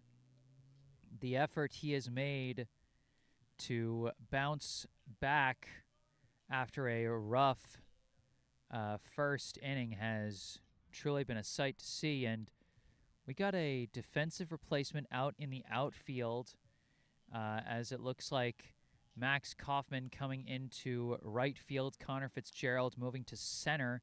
They might be trying to, well, no, I'm not sure why they're subbing out Wally Lawrence, because it couldn't be that they're thinking about bringing him in as a reliever, because he's already pitched this week. He pitched in the Walpole game. Hopefully he didn't hurt himself on all that aggressive running, but, we'll see. We will see. It'll be interesting to see, and we just hope he's healthy and all for the best. Hoffman still on the mound for the Warriors. Toby in to hit after he replaced Buffa on the mound. First pitch coming from the resilient Eli Hoffman. Big swing at a foul ball. Went up and inside Hoffman, and Wally Lawrence is walking away. He's running away from the field. He may have another commitment or something. Maybe he has to attend to something. Wally Lawrence is running into the parking lot with his baseball bag. Yeah. Might be something. I mean, he is a senior. Maybe he's going on college visits or something. Pitch spiked in the dirt over to the right side, and he may have been only able to be here for the beginning part of the game. That could be it. Yeah, although it's not college visits, because I'm pretty sure Wally is already committed to play soccer at, I want to say, Trinity next year. Trinity College. So that's not it. And at this point, I think we should stop trying to prognosticate what is going on in the man's own personal life. Whatever he's doing, he's out of the ball game, and for all intents and purposes, that's all we need to know. Big swing and a miss there. Toby strikes out, and a strikeout from Eli Hoffman. Good work of the breaking ball again for Hoffman. When he's got his pitches in control and he's hitting the zone, this is the kind of rhythm he can get into. And after that first inning, he has looked like an entirely new pitcher, Jesse. Command of his pitches, and most importantly, confident in his pitches. He's been extremely confident. Even when he throws a pitch down in the dirt, it's for a reason. It's not because he's lost his control. It's because he's trying to set up his fastball, as he does there, to Eo. He's trying to set it up with the breaking ball. The spiked fastballs that he was throwing at the beginning, that's what could be concerning. And Eo sends it out to left center field. Center fielder comes over and makes the catch. Easy grab for Fitzgerald out there. Connor Fitzgerald now playing center field with Kaufman at right after Wally Lawrence left for reasons that we are not sure of. Yeah, but I like your analysis there, Sam, that, while the earlier spiked pitches looked like Hoffman just had no control, now it almost feels a little bit more purposeful. Like maybe it's a less than ideal spot when he's spiking it, but also he's trying to get guys to chase. It seems like a little bit more, plausible that it could be setting something up. Silverman now at the plate as I feel a bit of a raindrop here in Sharon. Don't say that. Just one. Shh. Maybe if I say it, there won't be rain. Could be an announcer jinx, but for the weather. 1-1. Coming, hard ground ball at third. Nice play by Bollinger, and he throws over to Gummo in a 1-2-3 inning for Eli Hoffman. Man, he has looked so good since the end of that rough first inning. And even that inning, he was pitching pretty well, just had some fielding mistakes behind him. But the fielders for Brookline have really settled in and looked good themselves. Hugh Bollinger making that play look routine, but that could have, with the conditions we've had, that could have easily taken a bad hop, booted off his glove, or even the throw going from third to first could have gone wild. Any number of things could have gone wrong, but Brookline now making those plays look routine rather than scary. 100%, and it's really interesting because in the Weymouth game that we covered together, the last game we did together, it was actually Weymouth who had a lot of trouble in the field to start the game, but then they were able to settle in to get the win. Will be interesting to see if a similar thing continues to happen for the Warriors. Fitzgerald, Hom, and Bollinger due up in the top of the fifth. 4-4 game between the Warriors and Sharon.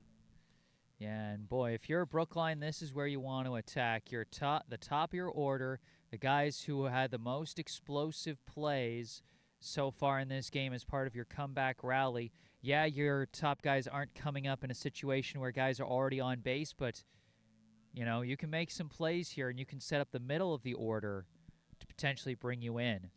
Can 100% set the tone for Brookline, and you said it earlier, it's a brand new ball game. Absolutely. 3 innings, 4-4 game.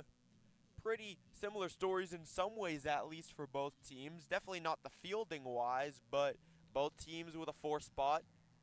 And besides that, no runs. Yeah, exactly. One explosive inning for each team, and other than that, goose eggs across the board. Connor Fitzgerald coming out, good contact hitter and on-base guy for the Warriors. Fitzgerald, the leadoff man, the one-hole hitter, as he starts out the top of the fifth.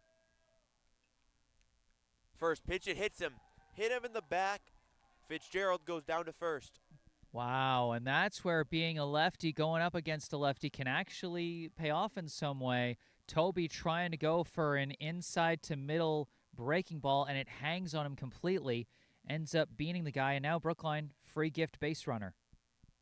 Now at the plate, Felix Hom. Fitzgerald leading off of first, has to dive back in. Does swimmingly. Yeah, some speedier runners on the bags now here for Brookline, but they've got to be careful. It's a lefty pitcher now with Toby on the bump, so got to watch out for that pickoff throw as he tries it again. Again, lefty pitchers have an easier time picking off runners at first base because they don't have to do a complete turn. First pitch to Hom. Toby deals, and it's low and away, ball 1. And Hom, of course, he got that string of RBI doubles started back in the third. That was just his first extra base hit of the season. 1-0 pitch, high and outside, called a strike. Fastball there from Toby. Yeah, of course, Hom, he had an explosive season for the Brookline offense. Easily one of, if not their best hitter last year. Had a bit of a slow start for him this year. And Hom pops this one up into foul territory. Looked like it was about to come over towards us for a second, but it dips and dies. Long strike there. Strike 2 on the foul ball. Yeah, a long strike there, and that one almost looked like it had potential for a pop-out or even a double play as they went for the hit and run with Fitzgerald. That looked like potential disaster for Brookline, but hangs in the air long enough to get into no man's land where nobody could catch it. Falls harmlessly for a strike. Fitzgerald on first. Hom of the plate with Hugh Bollinger on deck. Toby steps off the mound for a second, and a mound visit coming with his catcher. Yeah, it's really interesting to think about the fact that these are some of the last batters who have not faced Toby yet. The first batter he faced back in the third inning was Jimmy DiPaolo. So Hom, Bollinger, and Gameau still have yet to face him. After the mound visit with Coughlin, pitch coming to Hom. Felix Hom swung on, hard base hit into left center. Fitzgerald's going down to third, and Fitzgerald's coming in to score, and he does. RBI double for Felix Hom. Boy, make it 2 once again for Felix Hom. How about a second RBI double? And this one for the go-ahead score. How about that? Huge moment for the Warriors, and Bryce Hellingdrung coming out. Felix Hom celebrations in the dugout with his team with another strong hitter and Hugh Bollinger due up. And what a shot there by Felix Hom. Just absolutely lined it. He has immense power. Hit it in the right spot. Just a hard line drive. Yeah, he's looked like the Felix Hom that we saw last year, absolutely squaring up the ball throughout this game. 2 straight RBI doubles for the co-captain there. Bollinger at the plate with Toby on the mound and still no outs. Warriors with a courtesy runner, Hellendrung on second. Pitch coming. Big swing and a miss, low and away. And, Got fooled on that breaking ball there. And Sam, you said if you mentioned the raindrop that it would jinx and make it so the rain didn't come. Why is more water coming down, Sam? well, it did for a while. You lied to me, Sam. For a while. How could you, Sam? For a minute, there was no rain. I'd say a good solid 5 to 10 minutes. It's just, I didn't mention it again. It's temporary. I need to keep it up.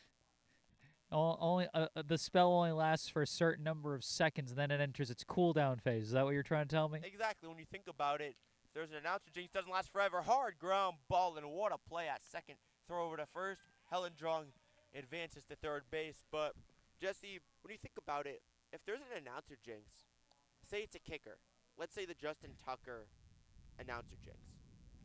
He misses the extra point. He doesn't miss another extra point after that.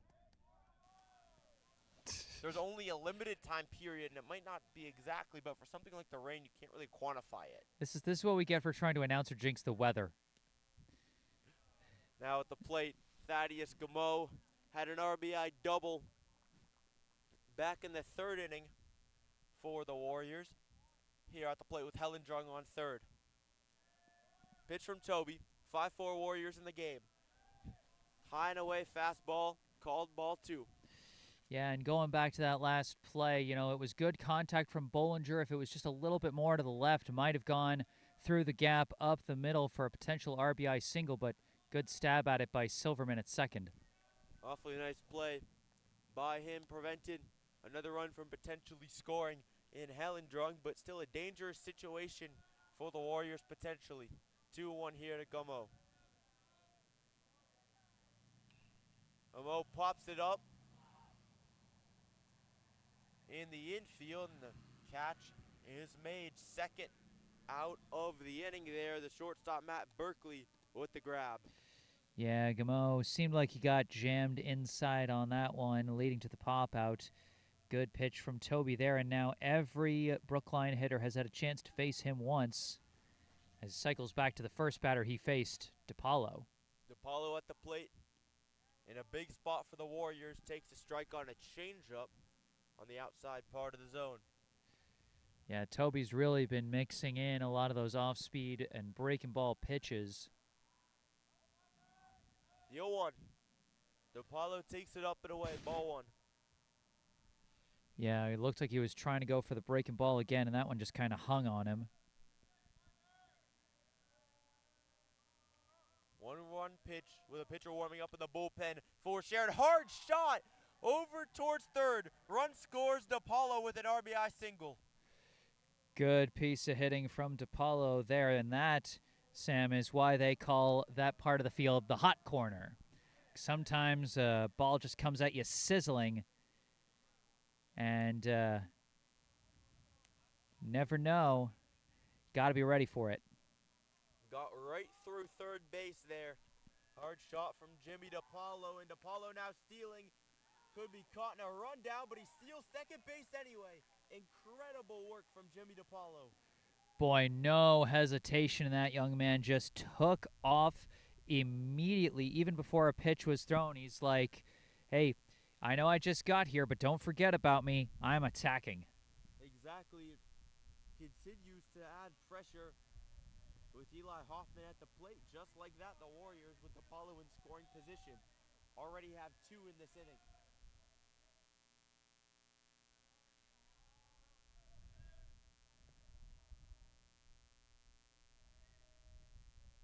Toby deals. Hoffman, big hack and a miss. Changeup down low. Able to get strike 1 here. DePaulo leads off of second. The 0-1 from Toby. Hard ground ball, but it's foul of third base. You mean foul off of first base? First base. Not third base, first Yeah. base. Remember, hold up the L's to see which direction is which. Exactly.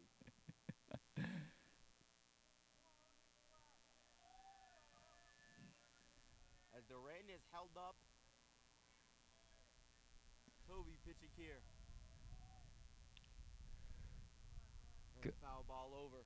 Good effort from Hoffman staying alive. A little bit out in front of that pitch. He's just got to wait just a fraction of a second more for a lot of these off-speed balls from Toby. Heskey at bat here from Eli Hoffman. Warriors looking to drive in another run, high breaking ball, and it just hung on him a lot, and that's one thing I've definitely noticed, Jesse. We both noticed some of these pitches from Toby, these high breaking balls, they haven't really hurt him because they haven't gone into the zone, but they just produced ineffective balls with little chase on them. 2-2.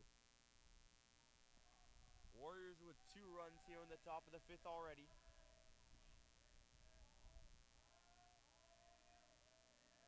Pitch comes and a swing and a miss by Hoffman, but the ball gets away. Throw back down to first. He's safe. And a drop third strike advances DePaulo to third. Runners on the corners with 2 outs for the Warriors.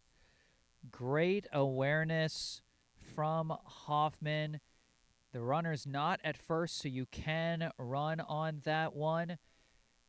And he had a good break on the ball, seeing that that was a low-dipping breaking ball. Didn't even have to look back to see if that one was going to get away. He just took off and got to first well. Extremely aware base running from the Warriors. Throw back over to first to check on Hoffman.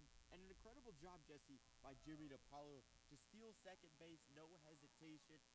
He's able to get down there despite the fact that he could have been in a rundown. If it wasn't for his efforts, this inning would be over. And we've got a new batter at the plate here. Number 8, Max Kaufman.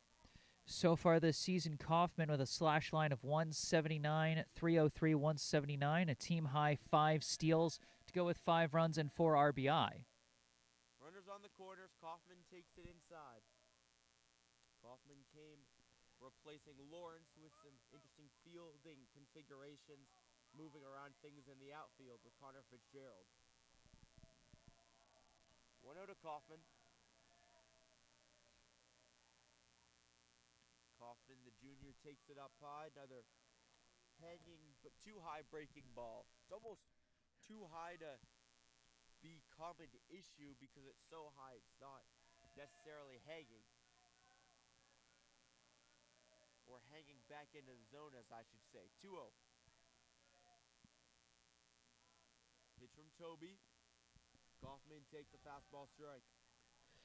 Yeah, and you talk about how the hanging balls, they haven't really, left anything over the plate for hitters to take advantage of, but it did get that leadoff hit by pitch on Fitzgerald that got this whole inning started. Pitch coming. Runner stealing is Hoffman.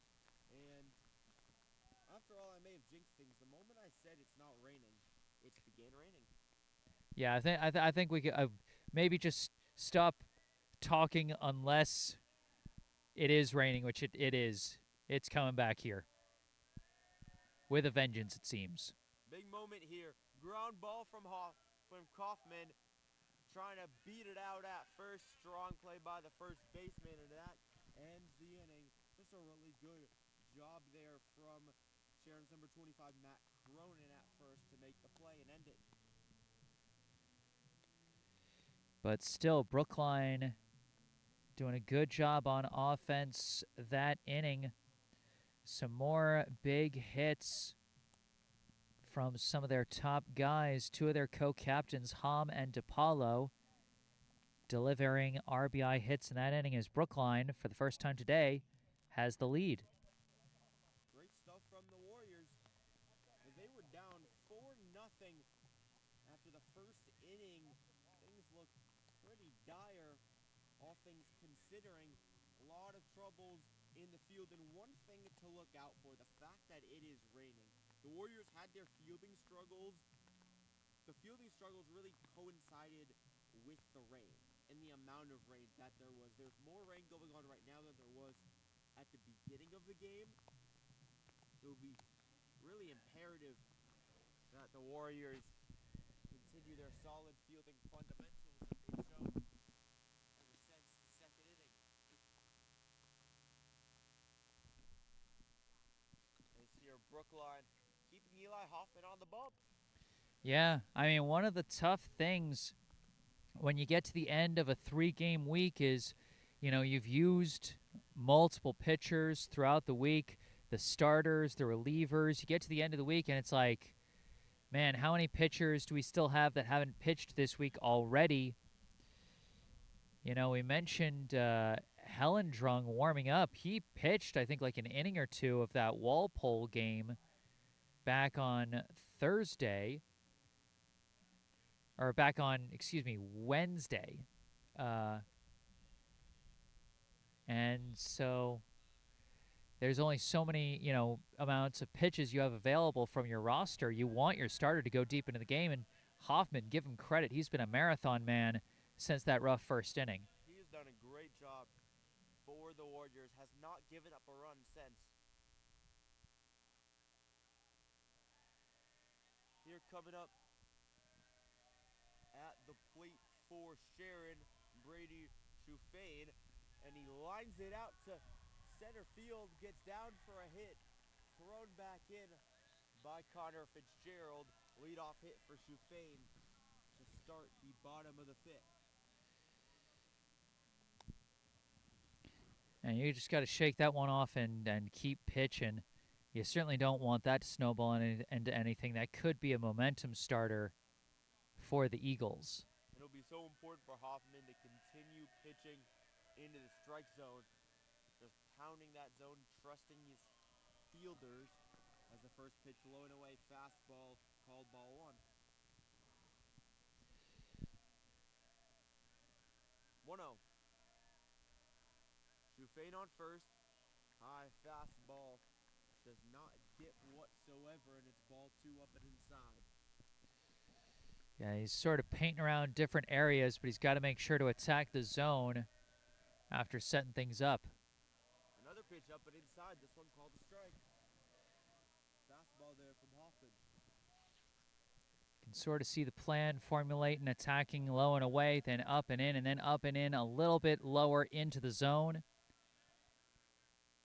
2-1. This one's bounced. Hoffman trying to induce some swing and miss, and so important that he continues to hit the strike zone here. Another hitter's count. The one thing with Hoffman, all those innings that he went, really two things. One, as he throws a strike, one was that he was able to get quick outs. Two was that he was able to have pitcher's counts. Not a lot of 3-1, 3-0 counts for Eli Hoffman in those innings. Full count here coming up. Coming up to Matt Berkeley. Shufane on first. Berkeley Off his bat. off his bat. Looked almost like a hit by pitch for a second, but it's off his bat and it's a foul ball. A break for Eli Hoffman. Yeah, that's a really close one. It's just a matter of did it hit bat first or body first, and they say it hit bat first. 3-2. Pitch coming from Hoffman, fouled off. Berkeley still continuing to fight here, not giving Hoffman any easy outs. You talked about how quick some of the outs he's gotten over these past few innings have been, Sam. He's not getting a quick one here. 3-2 pitch coming from Hoffman. Down low, ball four. First and second for Sharon. That's a tough break for Hoffman there. Can't take advantage of the lucky break on the call. As how long has it been since he issued a walk? He hasn't issued a walk since the first inning. That's just his third walk so far today that he's issued. So his control's been really good. Just got away from him that time. Hoffman checks and looks at the runner Shufane on second base, who had a single to start this one. Then Berkeley with the walk. Now Cronin at the plate for Sharon. And Cronin takes a fastball there from Eli Hoffman. Yeah, good first throw from Hoffman. Set the tone with a quick strike. The 0-1 after the fastball down the middle. Cronin takes a bouncing curveball from Eli Hoffman. That one was way off the plate, but it definitely did seem unlike the last at-bat where he spiked it. He was trying to really overcompensate for his fielders, it felt a little bit. That time it felt that he's trying to set up his fastball, but this one bounces again. That's a spiked fastball, and that could be concerning for Eli Hoffman. Yeah, like you said, Sam, sometimes you can really tell the difference between when he's spiking it purposefully versus just a bad miss. 2-1. Runners on first and second for Sharon. Skied to a shallow right field. Kaufman coming over, and he slides to make the catch in right center.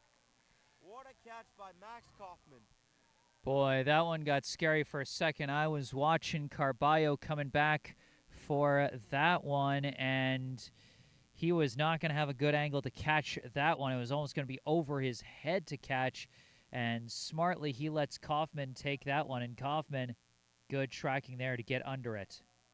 Great catch by Max Kaufman. He's done a really nice job of the field ever since he came in. Hard shot to center field. It gets down for a hit. Runner scores. First and second for Sharon. Big RBI hit from Coughlin. Cuts the Brookline lead in half. Just an absolute shot there from Coughlin right down the middle of the infield. Just a hard line drive. That's exactly what you're taught in Little League. Hit it right up the middle, and now a courtesy runner coming in for the catcher, Coughlin. The courtesy runner coming in is Ryan Conway.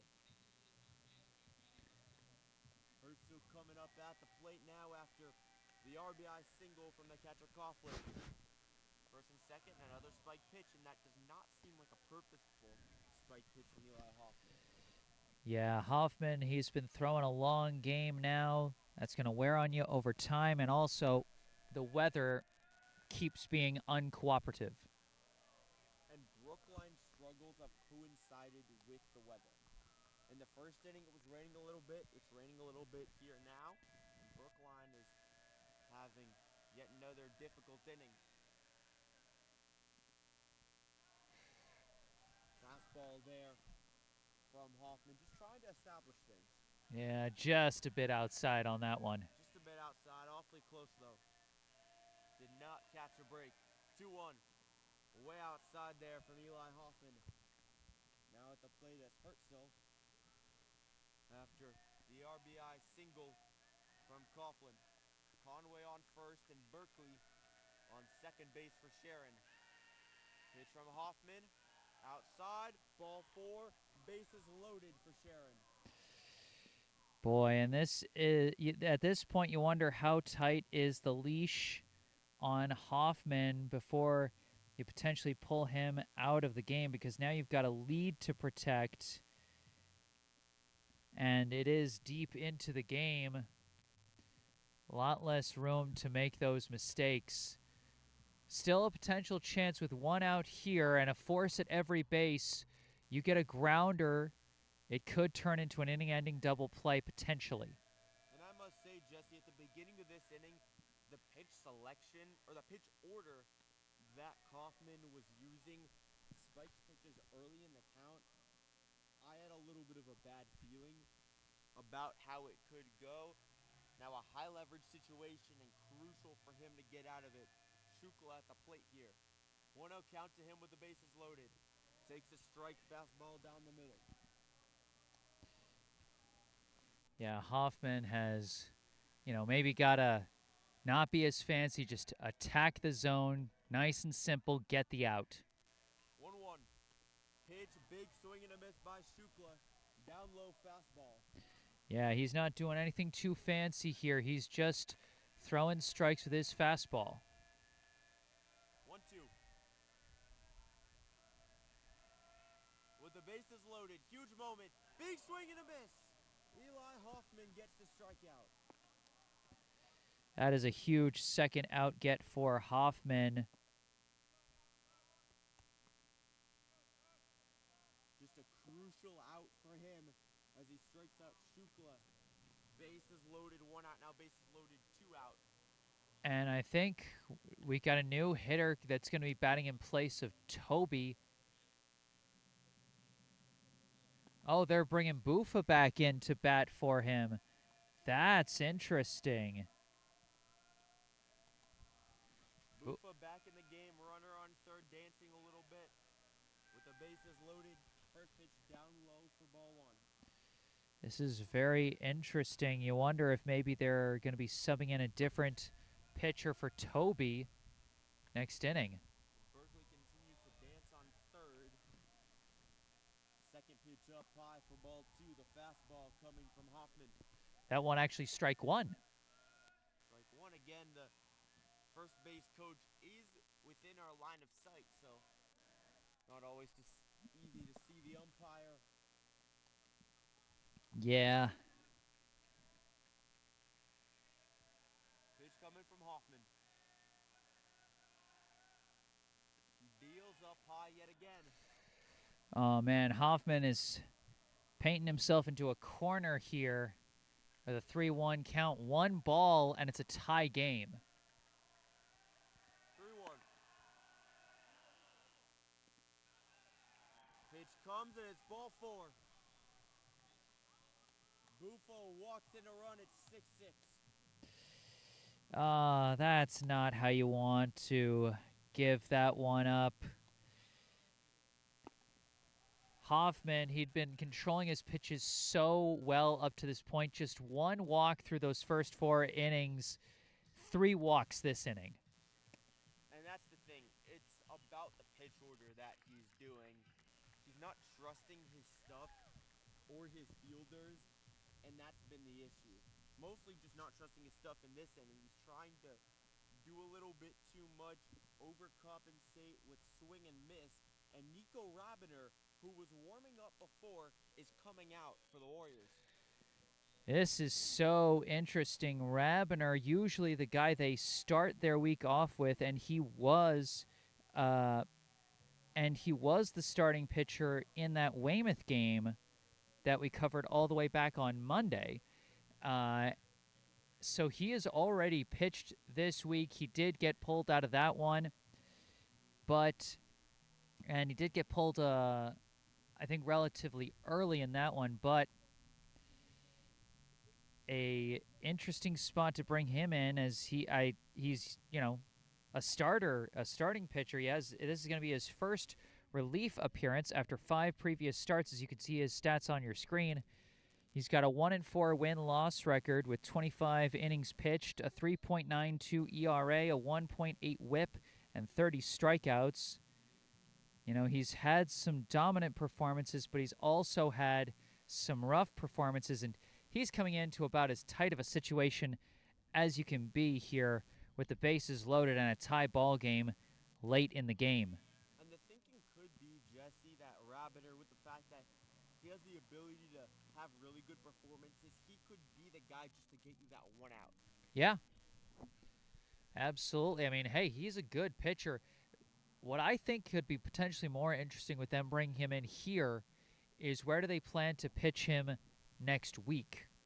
Because usually he is their starter for their Monday games, but if he is pitching here today on Saturday, he's probably going to get pushed to later in the week, could potentially alter the pitching schedule. Well, the thing is, if it turns out, if he only pitches one at-bat, they could still trot him out on Monday. Depends on how this at-bat will come here.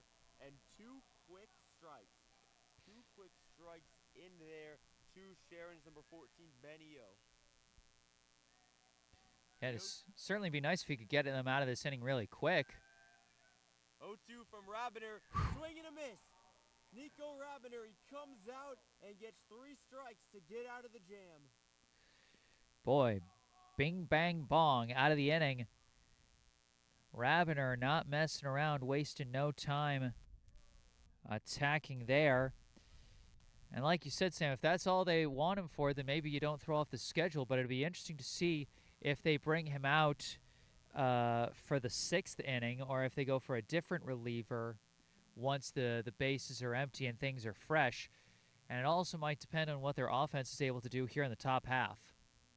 Definitely would be. It'll be interesting to see if they trot him out for the 6th, because if they do, they would most likely, or at least potentially, be thinking about trotting him out for the rest of the game. My inclination is that New pitcher. Number 5, Preston Louis taking over for the Eagles here. Sorry, didn't mean to cut you off. Just want to make sure we got that in there. What were you saying? Nico Rabiner,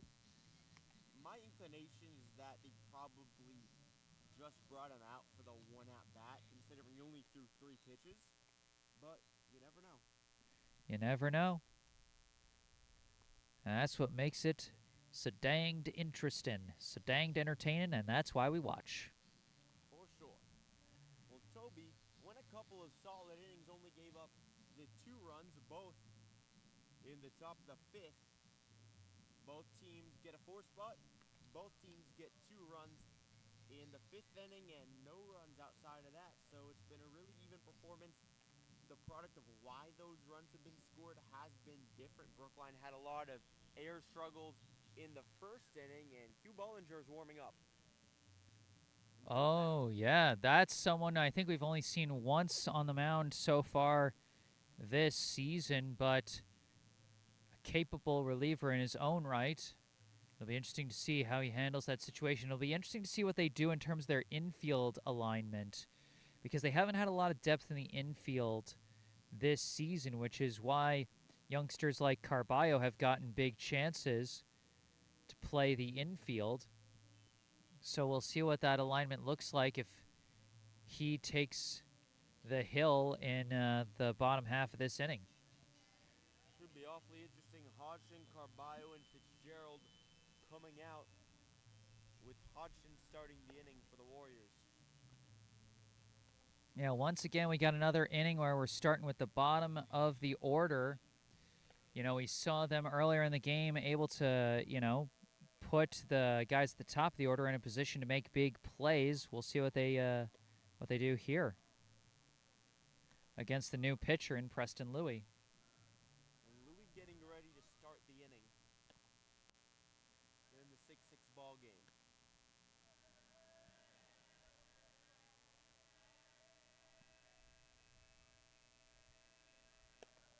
With Bollinger continuing to warm up in the bullpen, an interesting windup from Louie. Ground ball over to first. Play is made, but the first baseman lost his footing. And they called it foul. And after all that, it went foul. Wow. I mean, listen, the ump's got a closer view than I do, but that one looks like it went past first base in fair territory. I'm surprised he called that one a foul ball, but you know what? Got to respect the call being made by the ump. It's his call to make. Exactly. Looked fair to me, but the ump's call, and he has the best view. Big swing and a miss by Hodgson at the top of the zone, 0-2 the count. Yeah, and even though Cronin slipping and sliding on the grass, he still would have gotten Hodgson out at first if that hadn't been called foul. High effort play there from Cronin. 0-2. Pitch swung on foul. Just got a piece of that one to stay alive. Hodgson so far today, he had the walk earlier and then he struck out his last at bat. 0-2 pitch to Hodgson. Hodgson pops it up into foul territory on the left side and leaves the ballpark. Goes into the grass just in front of the parking lot, but they're able to get it. Yeah, nice. The cars are a decent distance away, so the foul balls aren't cracking any windshields.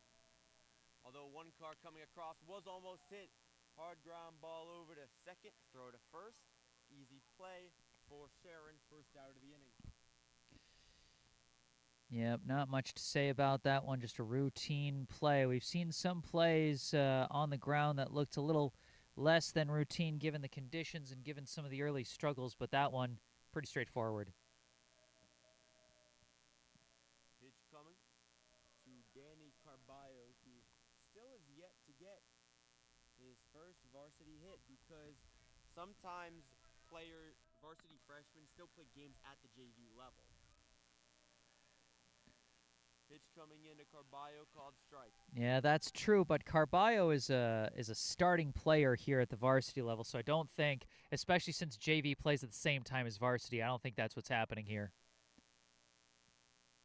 It's a good point. Pitch low, bounces away, but it doesn't matter because there's no runners on first or second or third. Yep, and Carballo 0 for 1 so far today with a sac bunt and a strikeout. Really nice sac bunt that he had in the top of the third inning. Pitch coming. Takes up and away. Called ball 3. Yeah, and I mean, even if you don't pick up your first hit, if you can get on base however you can, that's still huge. 3-1 and swung on by Carballo. Deep to center field. It gets down for a hit. That's his first high school hit, but he falls, trips over the first base bag. Regardless, he has a double. That's your first high school hit, Danny Carballo. I don't even know where to begin with that one, Sam. First off, hats off to Danny Carballo for getting the first hit of his high school career here in his freshman season. Second off, what a bang to get it with on that deep shot to right center, out of reach for the center fielder. And third, a little bit of an extra level of entertainment value as he went tumbling over that first base bag. And if it hadn't been hit so dang well, he wouldn't have had a chance to stretch that one out to 2, but he launched that one and still got a double anyhow. Incredible. And really something else, and it makes me wonder if he could have stretched it potentially to a triple if he hadn't tripped on the first base bag. it's a possibility to think of, especially all the way out in right center. Not sure if it would have been, but it's definitely a what-if scenario given what happened there. But either way, Carballo in scoring position, representing the potential go-ahead run here. Definitely would have had a chance. And the leadoff hitter, Connor Fitzgerald, at the plate, a one-hole hitter. Takes the pitch down low for ball 1. Yeah, Fitzgerald 0 for 2 with a hit by pitch and a run scored so far today. 1-0. Pitch in the zone, called strike. Fitzgerald, a good, patient hitter. He's going to see what Preston Louis has to bring. 1-1 with Carballo on second.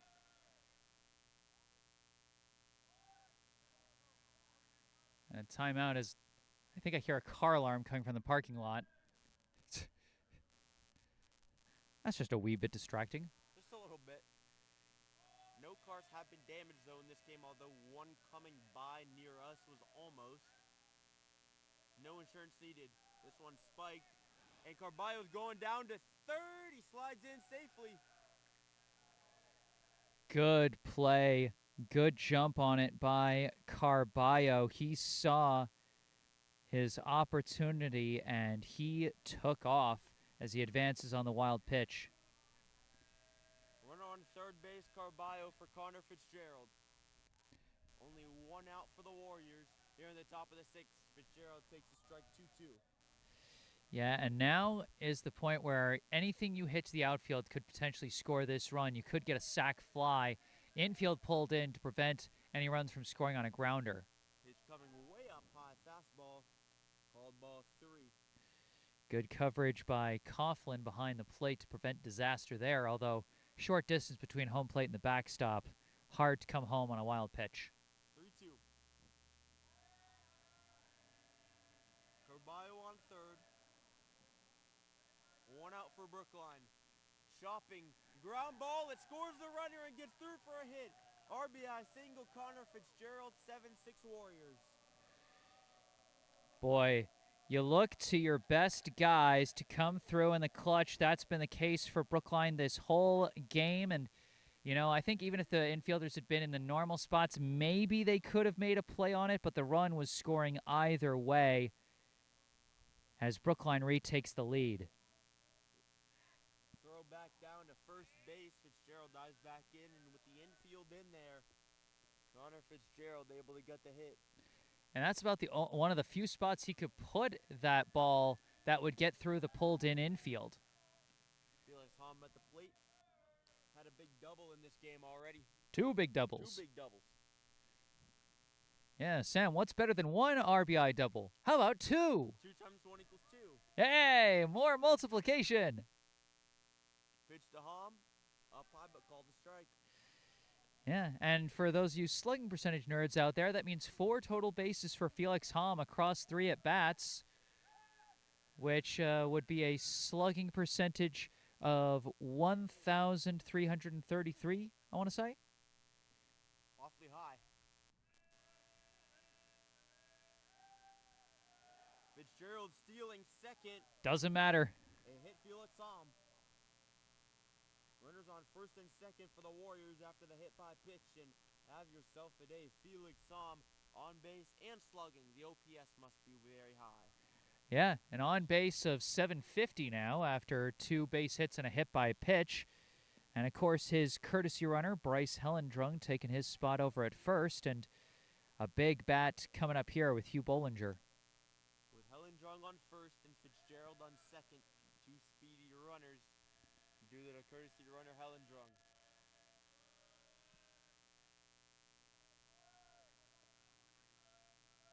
Pitch coming from Preston Louis. High inside, up high, called ball 1. Yeah, Hugh Bollinger, one of the relatively shorter players out here, so he's got a smaller strike zone.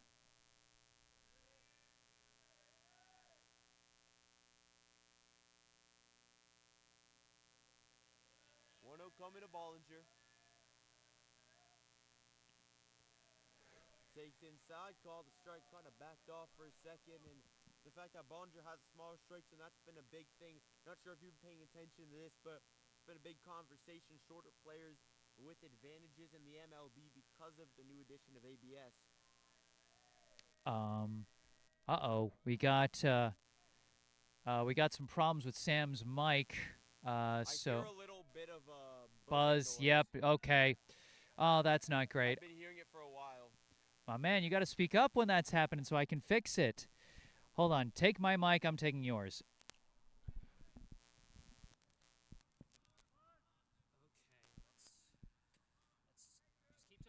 All right. Pitch coming to Hugh Bollinger. Okay, let's see if I can fix mine. Just keep talking, Sam. You're good. Pitch about to come.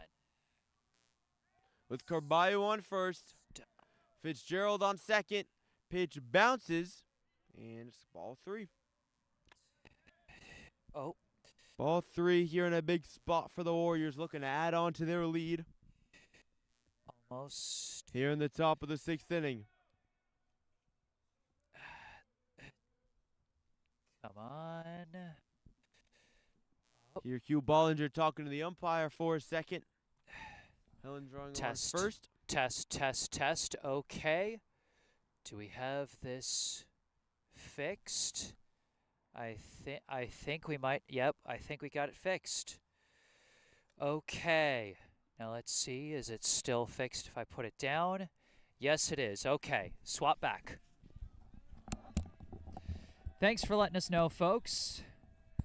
Oy. It's tough when it's raining. I don't get to check the live chat as much, but I appreciate you guys stepping up clutch for that. Appreciate that a lot. Pitch and a hard shot over to second. Tough play is made. Throw over to first. And the out is made. A runner's hold at second and third. Yep, tough 6-3 ground out. And did the runners take off for a hit and run there? Is that why they got to second and third, or were they already there? I was messing around with the mic fixing it. How'd they get to second and third, Sam? Well, second and third there here. Was a lot going on during the moment. Awfully good to have that buzzing sound gone. In other words, you don't know how they got to second and third either. Hard shot from Gomo over towards the street, and it's my well-crafted answer. You want to run for office, man. Exactly, it's my politician answer. Pitch coming to Gomo. High and away. And ball 1. My guess, my hypothesis here is it was a hit and run play, and so the runners were already at second and third by the time the shortstop fielded the ball, so he could only go to first. That's my best guess right now. Pitch to Gomo. Way inside there, and it's called ball 2. 2-1, and what's awfully nice here at Peckham Park is they have an official scoreboard, so yes, we can check on that. despite the fact that we cannot see the umpire awfully clearly, always depending on the location of the first base coach, there is a scoreboard now. 3-1 the count here in the top of the 6th. 7-6 Warriors on top of Sharon. Yeah, and 2 in scoring position, but 2 outs. So if Gameau wants to take advantage here, he's got to take his shot. Of course, he also has a chance to load the bases if he takes one more ball. 3-1. Pitch outside, ball 4. Gameau walks, bases loaded for the Warriors. Second walk today for Gameau, and he has not been a guy to draw a lot of free passes this season. He had just 1 walk and no hit by pitches, so he's got more walks today than he has the entire rest of the season. This has been a real day of anomalies so far. First career extra base hits, or first extra base hits of the season, rather, for Hom and Gameau. Gameau, his multiple walks for the first time all season after having just won the entire rest of the season. Carballo with his first hit and his first extra base hit all at once on that deep shot to right center, all the way back towards the beginning of this inning, as that really got this rally started for them. And then after the RBI single from Fitzgerald, since then Brookline been able to load the bases. Now for Jimmy DiPaolo. And DiPaolo, yet another power hitter here for the Warriors. And a big moment with the bases loaded and 2 outs. Pitch coming from Louis. Louis deals and it bounces. Ball 1 here. And the Warriors have been decently in command of this game. It's been awfully back and forth. Essentially even between the two sides. Both teams with 1-4 spot. Sharon with 4 runs in the first. Warriors with 4 in the third. And then both sides got 2 runs in the fifth. Another pitch down low. And similar to the struggles of Eli Hoffman in that first inning. These down low pitches without a plan. 2-0. Yeah, I call them the accidental misses as opposed to the purposeful misses.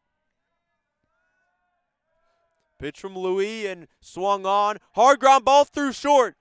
Base hit and a run scores. 2 runners coming around and 2 RBIs for the Warriors. Jimmy DiPaolo drives 2 in. What a day offensively for the Warriors, as they've now put 9 on the board.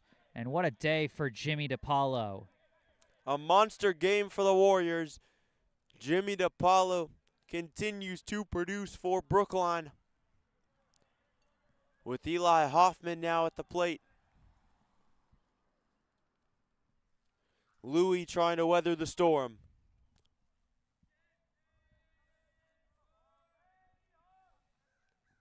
Pitch coming in to hit him. It hit Eli Hoffman. Looked like it hit him on the knee there. Bases are loaded yet again. That one looked like it stung. Hopefully he's okay. Just gotta hope he's okay there. And Hoffman, I guess, having been moved to the designated hitter spot after being replaced on the mound by Rabiner. And this is going to be the end of the day for Preston Louis. Preston Louis started out all right, but the Warriors were able just to consistently get singles against him. And yes, it was a hit and run. Thank you, Jason. Yeah, that one back with Bollinger's ground out a few batters ago.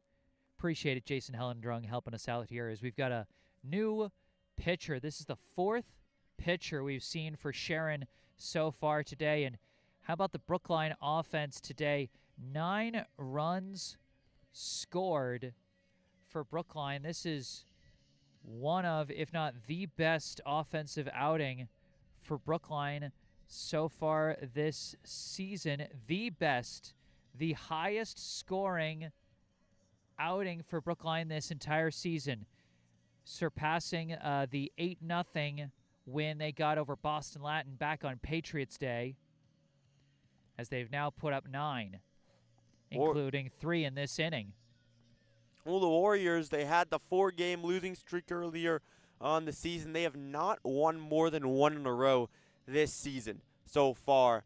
Had the 3-game losing streak leading up to this one. The 3-2 loss to Newton South, lost 10-5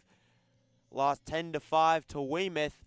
in the game that we covered together, and then 8-2 against Walpole. But similar to that, they were able to get a win at the end of it and really prevent things from spiraling out of control. So the new pitcher for Sharon is number 21, Eli Berkeley. So this different from Matt Berkeley, the starting shortstop, but a different Berkeley on the bump here as the fourth different pitcher for the Eagles. Eli Berkeley here trying to weather the storm into this one. Brookline with the bases loaded and 2 outs.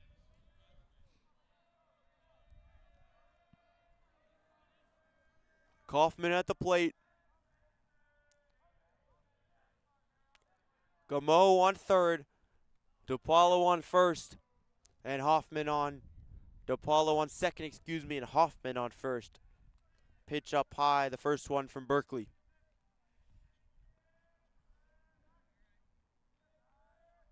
One 0 coming. Up high yet again. Ball 2. Yeah, good patience from Kaufman. He came into this game with an on-base percentage over 300, so you know he's got the patience to take advantage if a pitcher is still trying to find his control. 2-0. Inside, 3-0 the count. And with the bases juiced here, Kaufman has a chance to potentially bring in a run without even needing to swing if Berkeley just misses once more. Tough start here for Berkeley. Warriors looking to add on to their offensive explosion. Ball 4. RBI walk for Max Kaufman as the fourth pitch was pulled way inside. And like we've said at other points, you know, when your opponent's making a mistake, don't interrupt him. Max Kaufman, good patience there, and Thaddeus Gameau comes in to score. Kaufman now on first base. Hoffman on second. DePaulo on third, and yet another ball. That's 5 straight balls to start this game. An appearance for Eli Berkeley. And Brookline having reached double digits in scoring for the first time this season. What a big game they've had at the plate. Pitch coming in from Berkeley. Hodgson at the plate. Takes the strike, 1-1 the count. And Hodgson, another guy who can be patient and get that free pass if it's granted to him, but Berkeley hitting the zone that time. 1-1. Hodgson, little chopper, gets past first. Run scores. Another one coming around. Kaufman's going down the third. 2 RBI single for Harris Hodgson. That one, either a single or an E3. Personally, I scored that one an E3, but I'll double check it on Game Changer later. I would say it's an E3 too, but regardless, Hodgson drives in 2. Carballo now at the plate after he got his first high school hit. This inning. This has been an awfully long inning. Carballo takes a strike down the middle. Yeah, Hodgson actually led off this inning, so this is the second batter to be seeing the plate for the second time this inning.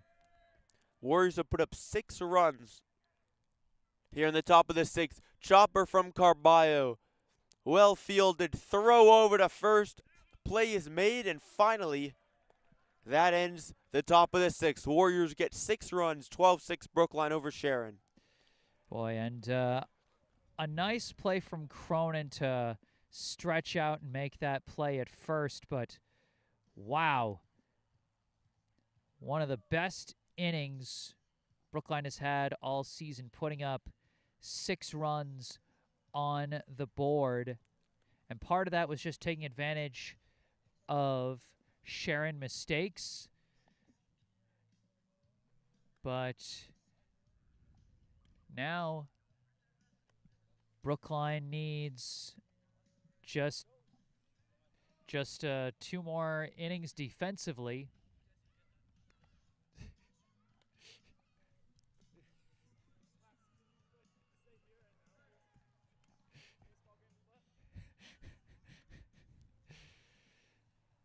As the scoreboard is showing the 7th inning, I don't think that's correct, as I think we're going in the bottom of the 6th here, unless I'm losing it. Nope, because Sharon's the home team, so it has to be the bottom of the 6th. Yeah, unless that was the top of the 7th that we just played, but I don't think it was. I don't think so. Yeah, I'm just like, I'm not crazy. And now that the scoreboard is done gaslighting me as they switch it back to the 6th inning. But looks like it'll be the top of the order coming up. And Nico Rabiner's still on the mound. Yeah, so they're sticking with him in relief. Silverman coming up to the plate first. Looking to make something happen for Sharon, getting them potentially back into this game after the 6th spot from the Warriors. Curveball from Rabiner into the zone, and he's had 4 pitches, 4 strikes. Yeah, he is a guy that don't have to worry about too much with his command as he hits the zone again. 5 pitches, 5 strikes, and you really sense Nico Rabiner awfully comfortable coming into this game early. He has the potential to be extremely dominant with his pitching. The 0-2, and this one a little bit outside, low and away fastball. That one was close. Hom tried to frame that one, but no dice. So 6 pitches, only 1 ball. 83% of his pitches have been strikes, 83.3, and now that percentage dips a little bit. High fastball, ball 2. Yeah, now, 5 out of 7? Strike 3. 6 out of 8. That's an easy 75% there. 75%.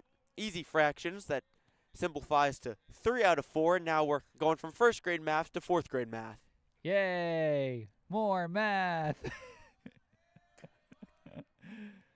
Silverman strikes out. Big cut and a miss here to start this new at bat after the strikeout of Silverman. At the plate is Sheehan. Another strike. Nico Rabiner just pounding the strike zone and using his stuff to his advantage. Really confusing these Sharon hitters, and called strike 3. Nico Rabiner. 3 batters faced, 3 strikeouts for him, and when he is on, he is absolutely on. Yeah, he must be coming in here being like, you know what, this is a Division II opponent. I'm not giving him, and I'm just going to go in, throw strikes, let's get out of here. That's exactly what he's doing. Berkeley at the plate now. Takes a strike. Especially now with a 6-run lead, he's got to be more than comfortable. This one a hard hit shot over to DePaulo at short. Comes over, makes the play. Easy inning for Nico Rabiner. Boy, he made that one look easy. Just 1 inning left now for Brookline, as Nikolai Rabiner making such quick work in that one. I mean, wow. Just completely shut down the Sharon batters. Fitzgerald will be up top of the order for the Warriors in the top of the 7th. Brookline up by 6 after the 6th spot they put up in the top of the 6th. That's a lot of 6s. And a big lead for Brookline. Yeah. Almost like a guy was batting 2 for 3. A lot of 6s. Don't hurt yourself. 2 for 3. Is .6 recurring? I didn't think of that. This is high school math. Now it's hard. Oh, come on, man. First off, that is not high school math.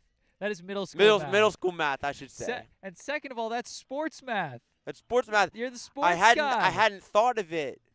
I hadn't thought, wait a minute, that's where the 6 comes in. I was trying to be like 2 times 3 or something. But no, 2 for 3 is also 6.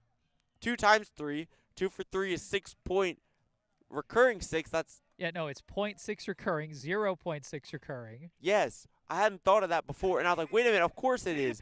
It just hadn't came to my mind, and we're doing actual sports math now. We're having too much fun out here in Sharon, folks. We're having so much fun, we're throwing math at you. Let's hope algebra doesn't come next. Oh, man. Hey, don't worry, don't worry. I'm not gonna isolate you here like the 1 point at the end of an isosceles triangle. Don't worry, that's not algebra, that's geometry. The dimensions okay. of the field. What's the fastest way to get across the field? It's the Pythagorean theorem. You have to take the hypotenuse.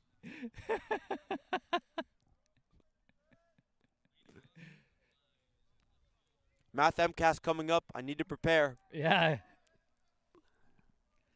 Connor Fitzgerald digs in for the Warriors after the sixth spot in the sixth inning. Warriors lead by 6. We had a discussion about all the sixes with the Warriors, and Fitzgerald is 2 for 3, which means that he has a batting average for this game of 6.66 recurring, and he takes ball 1.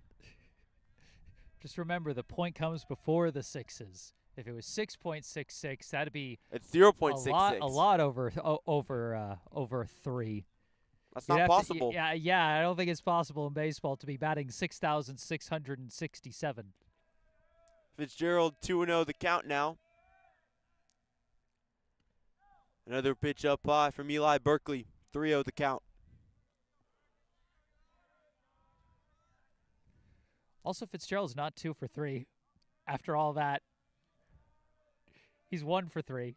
Out of all that, Fitzgerald takes ball 4. He's still 1 for 3. And he walks. He's still 1 for 3, but You can redeem yourself here, Sam.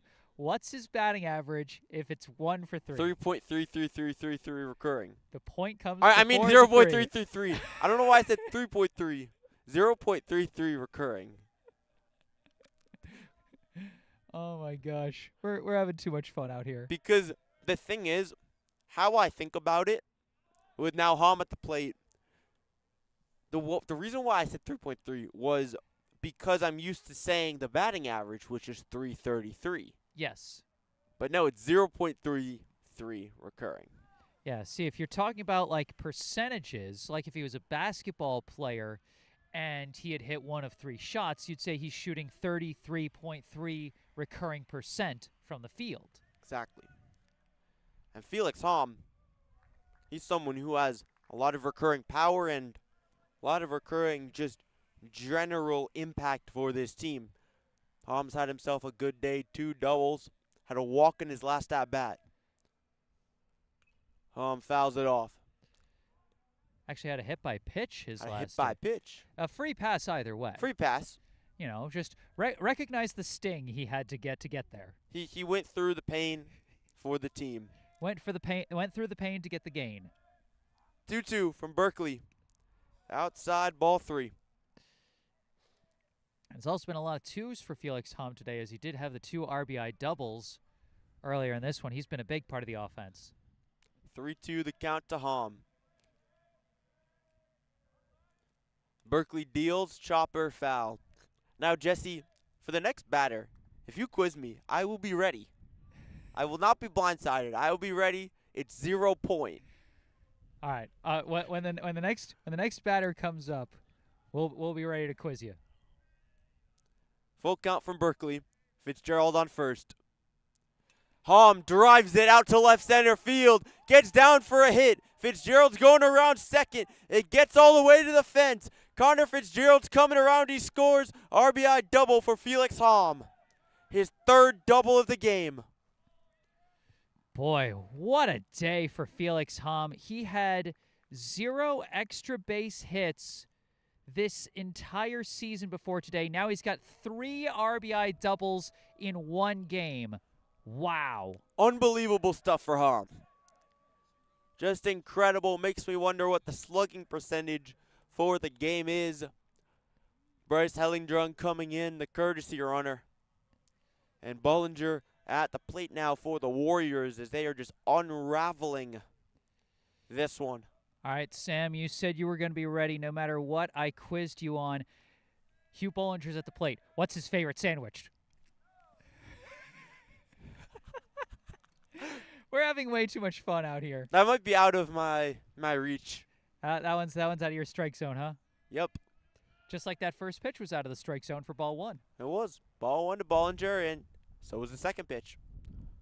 All right, let me see if I can actually find what his percentages for today are. He grounded out his first at bat, then doubled, then grounded out to Bollinger second. pops it up over towards second, and it drops in. It drops in for a hit, and that's the kind of day it's been for Sharon. Yet another hit for the Warriors in these last 2 innings. It's been all Brookline. Yeah, and I agree on calling that one a base hit. Yeah, the fielders kind of misread it and misjudged it, but it's only really considered an error if you get your glove on it. So, bit of a kooky single there for Hugh Bollinger, but it counts all the same. Hugh Bollinger has had a great season contact and power-wise, and another guy who's had great contact, Thaddeus Gameau at the plate. Gameau takes a strike. Yeah, and Gameau, he has reached base a lot today. He's got 2 walks. He's got the double. He's also popped out to short. Pitch down low, called ball 1. So a double, 2 walks, and a pop out. What's the batting average there, Sam? A double, 2 walks, and a pop out. 0.500. Yes. More colloquially known as 500. 500 or 0.500 if we're doing decimals. Yes. And so then what's his on-base percentage? 750. Correct. His slugging. Ooh. I might have to remember all of the different results. So 2 walks. A double and a pop out. So the 2 walks, 500. A double, 2,000. That's 4. It's about the total bases. So you're going to have 1,000. Yes. Correct. Ding, ding, ding. Good job. Full You get a gold star. I won the game show. You get a brand new car that I'm not sure you're old enough to drive yet. How old are you? 16, almost 17. I can drive. Okay. I guess. Do you have your license? No, but Well, then no, you can't. theoretically I could. You're old enough, but no, you can't. Don't drive without a license, kids. That's bad. I'm going to do driver's ed this summer, potentially in Nevada. Not sure, though, as Gameau walks, and that ups his on-base percentage, but not his slugging percentage. Correct. It does not. It doesn't up his batting average or his slugging, but his on-base percentage for today, 800 now at 4 out of 5 times reaching base. 3 walks for a guy who had just 1 this season coming into this game. Jimmy DiPaolo at the plate. 4 out of 5 times reaching base. That's a good way to do it. Ball 1 to DiPaolo. My gosh, there's still 0 outs this inning. And really the fact that Sharon was able to stay in this one for so long is really impressive. Not only that, they had the lead. They had the lead 4-0. They took the 4-0 lead in the first, and they came back after Brookline took the 6-4 lead. Looked like they were really battling, but the wheels have really just come off here at the end. High pitch again from Eli Berkeley to DiPaolo, 2-1. And you know what? For as much fun as we're having, keep the respect for Sharon. They have shown a lot of fight throughout this game. Yes, the wheels have kind of come off, but Brookline's been in that spot plenty of times this season. So plenty of respect to Sharon. And a ton of respect for them for sticking in it. This was a dead-even game before the 6th inning. Absolutely. With 6-6, just more than props. And now Jimmy DiPaolo 1 ball away from getting another RBI with the bases loaded. 3-1 to DiPaolo. Up high from Berkeley. Ball 4. Another RBI for Jimmy DiPaolo. Brookline goes up 14-6. And these last 2 innings, the Warriors have scored 8 runs. The 6th spot in the 6th, and now the 2 runs with no outs in the top of the 7th. And boy, Sharon is going to be forced to go to their 5th pitcher so far today. Man, that's tough. It's just been a tough couple of innings for Sharon. It's felt like this inning and the last inning have gone on for a long time, but prior to that, looked like Sharon had a chance to win this game. Again, just more than props. A great effort from the team, but the Warriors just able to pull ahead with their power and consistent contact. That's the one thing I've really noticed. Yeah. Brookline's been able to stay patient and get the singles when they've needed them. Well, Sam, you remember one of the things I talked about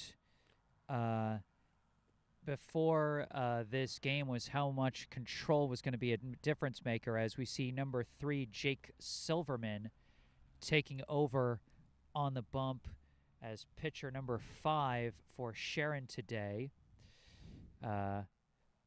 But you notice one of the things I talked about before the game was the importance of control coming in, and I was talking about it in reference to Brookline and the amount of free passes they've given up. They have limited those spectacularly. Eli Hoffman had just one walk up until the last inning where he was pulled out. But these last 2 innings, you look at them, and there's been 1, 2, 3, 4, 5, 6, 7 free passes, 5 walks, and 2 hit-by pitches for the Brookline hitters in these last 2 innings. And you can see how that just snowballs out of control so quickly. Because here's the thing. How I think about it is if you walk somebody, they're always going to reach base. Whereas even if there's a hard hit ball, there's always a chance a fielder is going to get to it. Eli Hoffman at the plate now. And Hoffman's a guy who, after a tough first inning, can you believe, Jesse, that the Warriors were down 4-0 for a couple innings? It's wild thing. It feels so long ago. It really does. It's been a long game here in this one, but major props to Eli Hoffman. He was able to command his stuff and get through a few innings for the Warriors. Yeah. Speaking of stuff that was so long ago, can you believe that this stream almost didn't happen with how bad the weather was earlier today? It's pretty nuts. Can you imagine if we missed out on what a fun game this has been? 1-1 Hoffman. Pop-up foul. Missing out on Brookline's best offensive performance as well. I know. Major props to you. Thank you for setting it up. Yeah, I'm glad that the rain let up for just long enough for me to set up my equipment safely. 1-2. Hoffman takes it on the outside. Ball 2. And some pretty big, important days for a number of different guys here. Some first extra base hits, some first base hits. And for Eli Hoffman, I think this will be his first pitching win, assuming Brookline holds on and there's no insane comeback in the bottom half of this 7th inning. Pitch bounces, and it'll be interesting to see if the Warriors opt to go with Nico Rabiner, and that's my guess. Maybe, or it might be possible that they want to save his arm for wherever they're going to start him next week, as they got Bryce Hellendrung warming up in the bullpen. Hoffman lines it to right field. It gets down for a hit. 1 run scores. Bases loaded still for the Warriors with an RBI single for Eli Hoffman. And Hoffman, for as solid as he's been an on-base guy, he's been rather base hit starved this season. Great contact there, just lifting it over the first baseman. Max Kaufman at the plate now for the Warriors. Takes a high curveball for a strike. And boy, if this was a home game for Brookline, they'd be on the doorstep of ending this game right here, as they are now up by 9. Well, that's the pretty nuts thing about the mercy rule when you think about it. Sharon still has to play out the full inning. Yeah. They still have to play it out, even if Brookline goes up 16-6. They need to finish it off. Yeah, it's got to be fair. Both teams have to have the same number of chances to score. 1-1. Kaufman takes a strike. Yeah, that's one of the things I say about sports like baseball and volleyball and stuff, sports that don't have a clock, is that, you know, both teams basically get the same number of chances. 1-2. Down low, ball 2 again. And folks might be thinking, well, in basketball you get the same number of chances, and I say, you do now that the shot clock has been invented, but back in like the 40s and 50s before the shot clock was invented, if you took a lead, you could just theoretically hold the ball for the entire rest of the game until the clock hit 0, which is why the shot clock got invented, because the team did that. Makes me wonder how egregious it got. Like, could you There- go up 2-0 and then just hold it for the rest of the game? A game once ended, I think it was like 18-16 or something like that. Kaufman smacks it to left field. It's caught. Runner comes home. Long throw, sacrifice fly. And the Warriors get another one, but the first out at the top of the 7th, 16-6, Brookline Warriors. Good play from Kaufman. You know, you don't need to do anything fancy when you got the bases loaded, as Gameau comes in to score that one. Harris Hodgson at the plate, and he grounds this one to third, but foul. Man, Jesse, your highlight video for the Warriors is going to be awfully long for this game.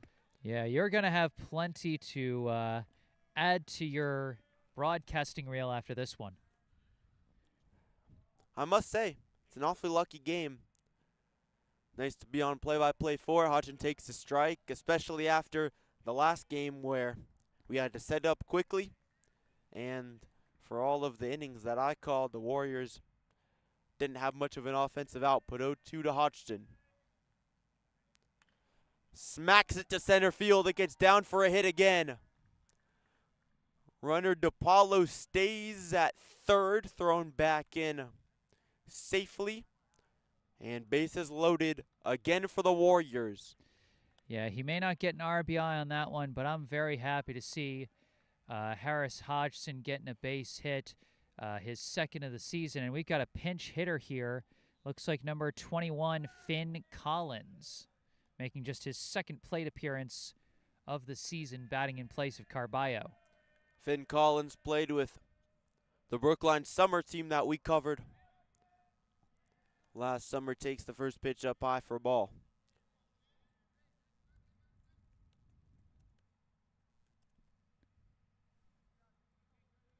With the bases loaded, pitch coming to Collins. Down low for a ball. Yeah, not much to say about Finn Collins this season. Basic 0 for 1 at the plate, making just his second plate appearance of this season.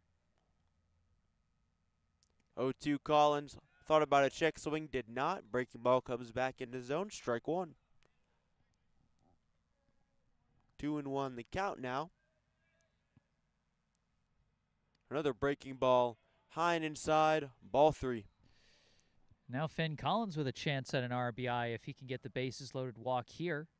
And Brookline, the last inning and a third, they've scored 10 runs. It was 6-6 coming into the 6th inning. Yeah, it's wild. It's wild to think. Feels like we've played 2 games. The 2 innings here, and then all the innings before that. Right? And to think that Brookline was down 4-0 for 2 innings.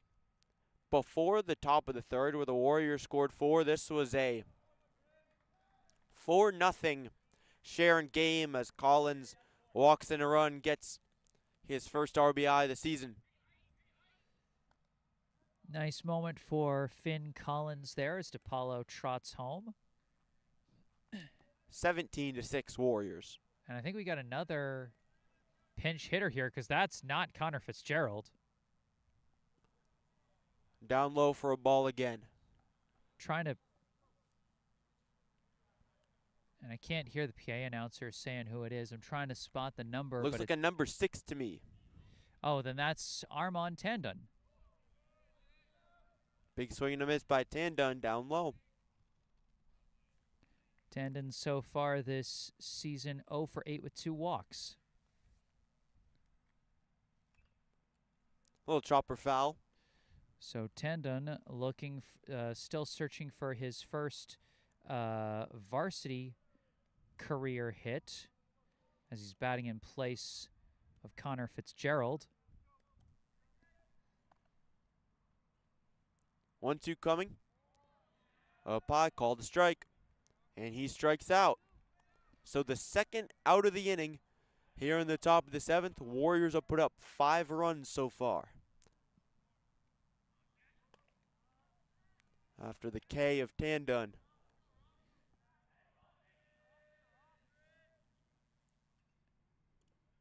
And now who is it? Looks like an 18 potentially. Zach Rothman. Zach Rothman at the plate for the Warriors with the bases loaded. Takes a breaking ball up high. Ball 1. Rothman, just one plate appearance so far this season, 0 for 1 at the plate. And we have crossed the 2-hour, 45-minute mark for this game. Big cut and a miss by Rothman.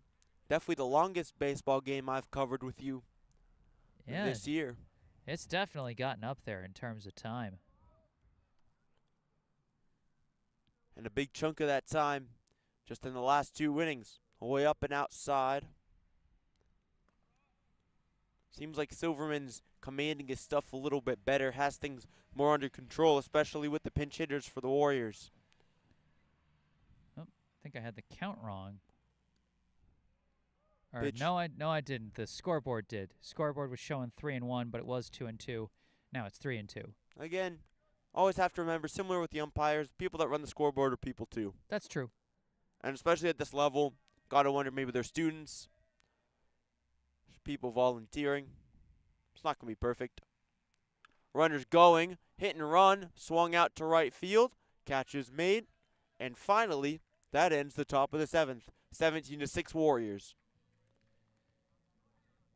Wow. Going to the bottom of the 7th. Brookline looking to shut the door on what would be their biggest win of the year and easily their best offensive performance of the season as well. Prior to this, they had an 8-0 win, but that would easily dwarf it with the explosion that they've had offensively in the last 2 innings. Brookline put up a whopping 6 runs in the 6th and 5 runs in the 7th. Yeah, a lot of folks' offensive stats are going to get a big boost after today. And just to make sure that we get to the end of this game, I'm going to swap out the battery here. If I can just find the backup battery. It's buried in here somewhere. It's the inside scoop on an everyday broadcast. Well, right now, Jesse's looking for the battery. Brookline is practicing, and Nico Rabiner is still on the mound. Uh-oh. And it could be that the Warriors are just going to keep Rabiner out there. Seemed awfully comfortable the last 2 innings, especially going up against a Division II opponent. But, man, you got to give credit to Sharon. 6-6 record coming into it. High 30s ranking in Division II, and they really kept it close. 39th in Division II. They kept it close and went up 4-0 against the Warriors. The fielding for Brookline is really shored up. They've been able to just play good fundamentals, struggled a lot in the first inning. In some ways similar to how Weymouth played in that game against Brookline, when you think about it. Cronin here at the plate for Sharon, 1-1 the count. Swung on, hard foul ball. And I'm hoping Rabiner can finish up this inning fast because I think I forgot my second battery back at home. Rabiner misses with that pitch, 2-2. 2-2 count.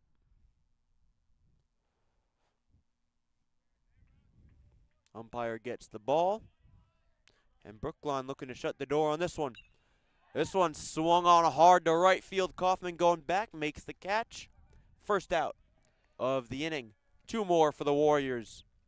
Good read by Kaufman, out and right. That one coming off the bat had the look of something scary, but Kaufman staying calm, tracking it well, and making it look easy for out number 1. In what's been about a 2-hour, 50-minute game. between the two sides. Strike one here. Coughlin at the plate. Or no, it's a pinch hitter. It's a pinch hitter for Sharon. And he's down on 3 strikes. It was number 20. And that is Ritesh Dhawan. Ritesh Dhawan at the plate. Fouls it off. Well, no, he was at the plate, and he just fouled that one off. Now I think it's Jake Silverman at the plate. I think it's number 3 now. They switched batters. No, 20 struck out. He struck out on 3 pitches. We're 2 outs. We're almost done. That was quick. Yeah. We were trying to figure out, as soon as you said it was pitcher, I'm like, I wonder who it is. And then he was out.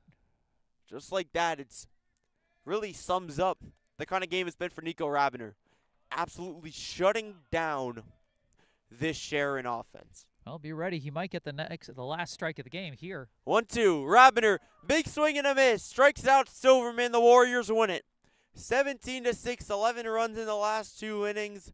They blow out Sharon, but a valiant effort by Sharon. They kept it close. It was 6-6 through 5. Sharon went up 4-0 at the beginning of the game. Then Brookline tied it up 4-4. Warriors went up 6-4. Then it was 6-6. And then after that, things just unraveled. A dominant performance for Brookline. They get her biggest margin of victory on the season, and also by far their highest run total at 17. And with that, Brookline will improve to 4-9 on the season, while Sharon falls to 6-7. A much needed win for the Warriors. They want to try and make their push back into the possibility of a playoff spot. Well, this game will help. Absolutely. You have to do well against Division II opponents, and that's exactly what the Warriors did. All right. And what we're going to do is we're going to wrap this one up here. Thank you all so much for tuning in today. Shout out to Sam for running the play-by-play from start to finish, give or take the part where his headset was buzzing on him and the mic was cutting out a bit. I appreciate you guys in the live chat helping us out with that snafu. Hopefully that didn't go on for too long. But thank you all so much for tuning in today. Remember, if you enjoyed this broadcast, be sure to hit that like button and subscribe to the channel. Thank you to all those in the live chat. If there's anything you'd like to say after the live stream is concluded, you can say it in the comment section down below. You can also go down below to the description section of the video where you can find the link and phone number for our local charity spotlight, the Brookline Education Foundation. You can also find some links related to me that you can also see in the bottom right corner of your screen. My personal website, jessesports.com, my email, and my social media accounts on Instagram and Facebook. I'll be posting highlights from this game probably sometime tomorrow. And there'll be plenty to see. They'll be on this channel here as well as on Instagram and Facebook, so be sure to be out on the lookout for those. But that is going to do it for this almost 3-hour-long broadcast. Alongside Sam Lowenstein, I am Jesse Mayfield-Sheehan here at Peckham Park on the campus of Sharon High School in Sharon, Massachusetts. Brookline 17, Sharon 6. Alongside Sam Lowenstein, I am Jesse Mayfield-Sheehan. Thank you all for watching, and enjoy the rest of your weekend.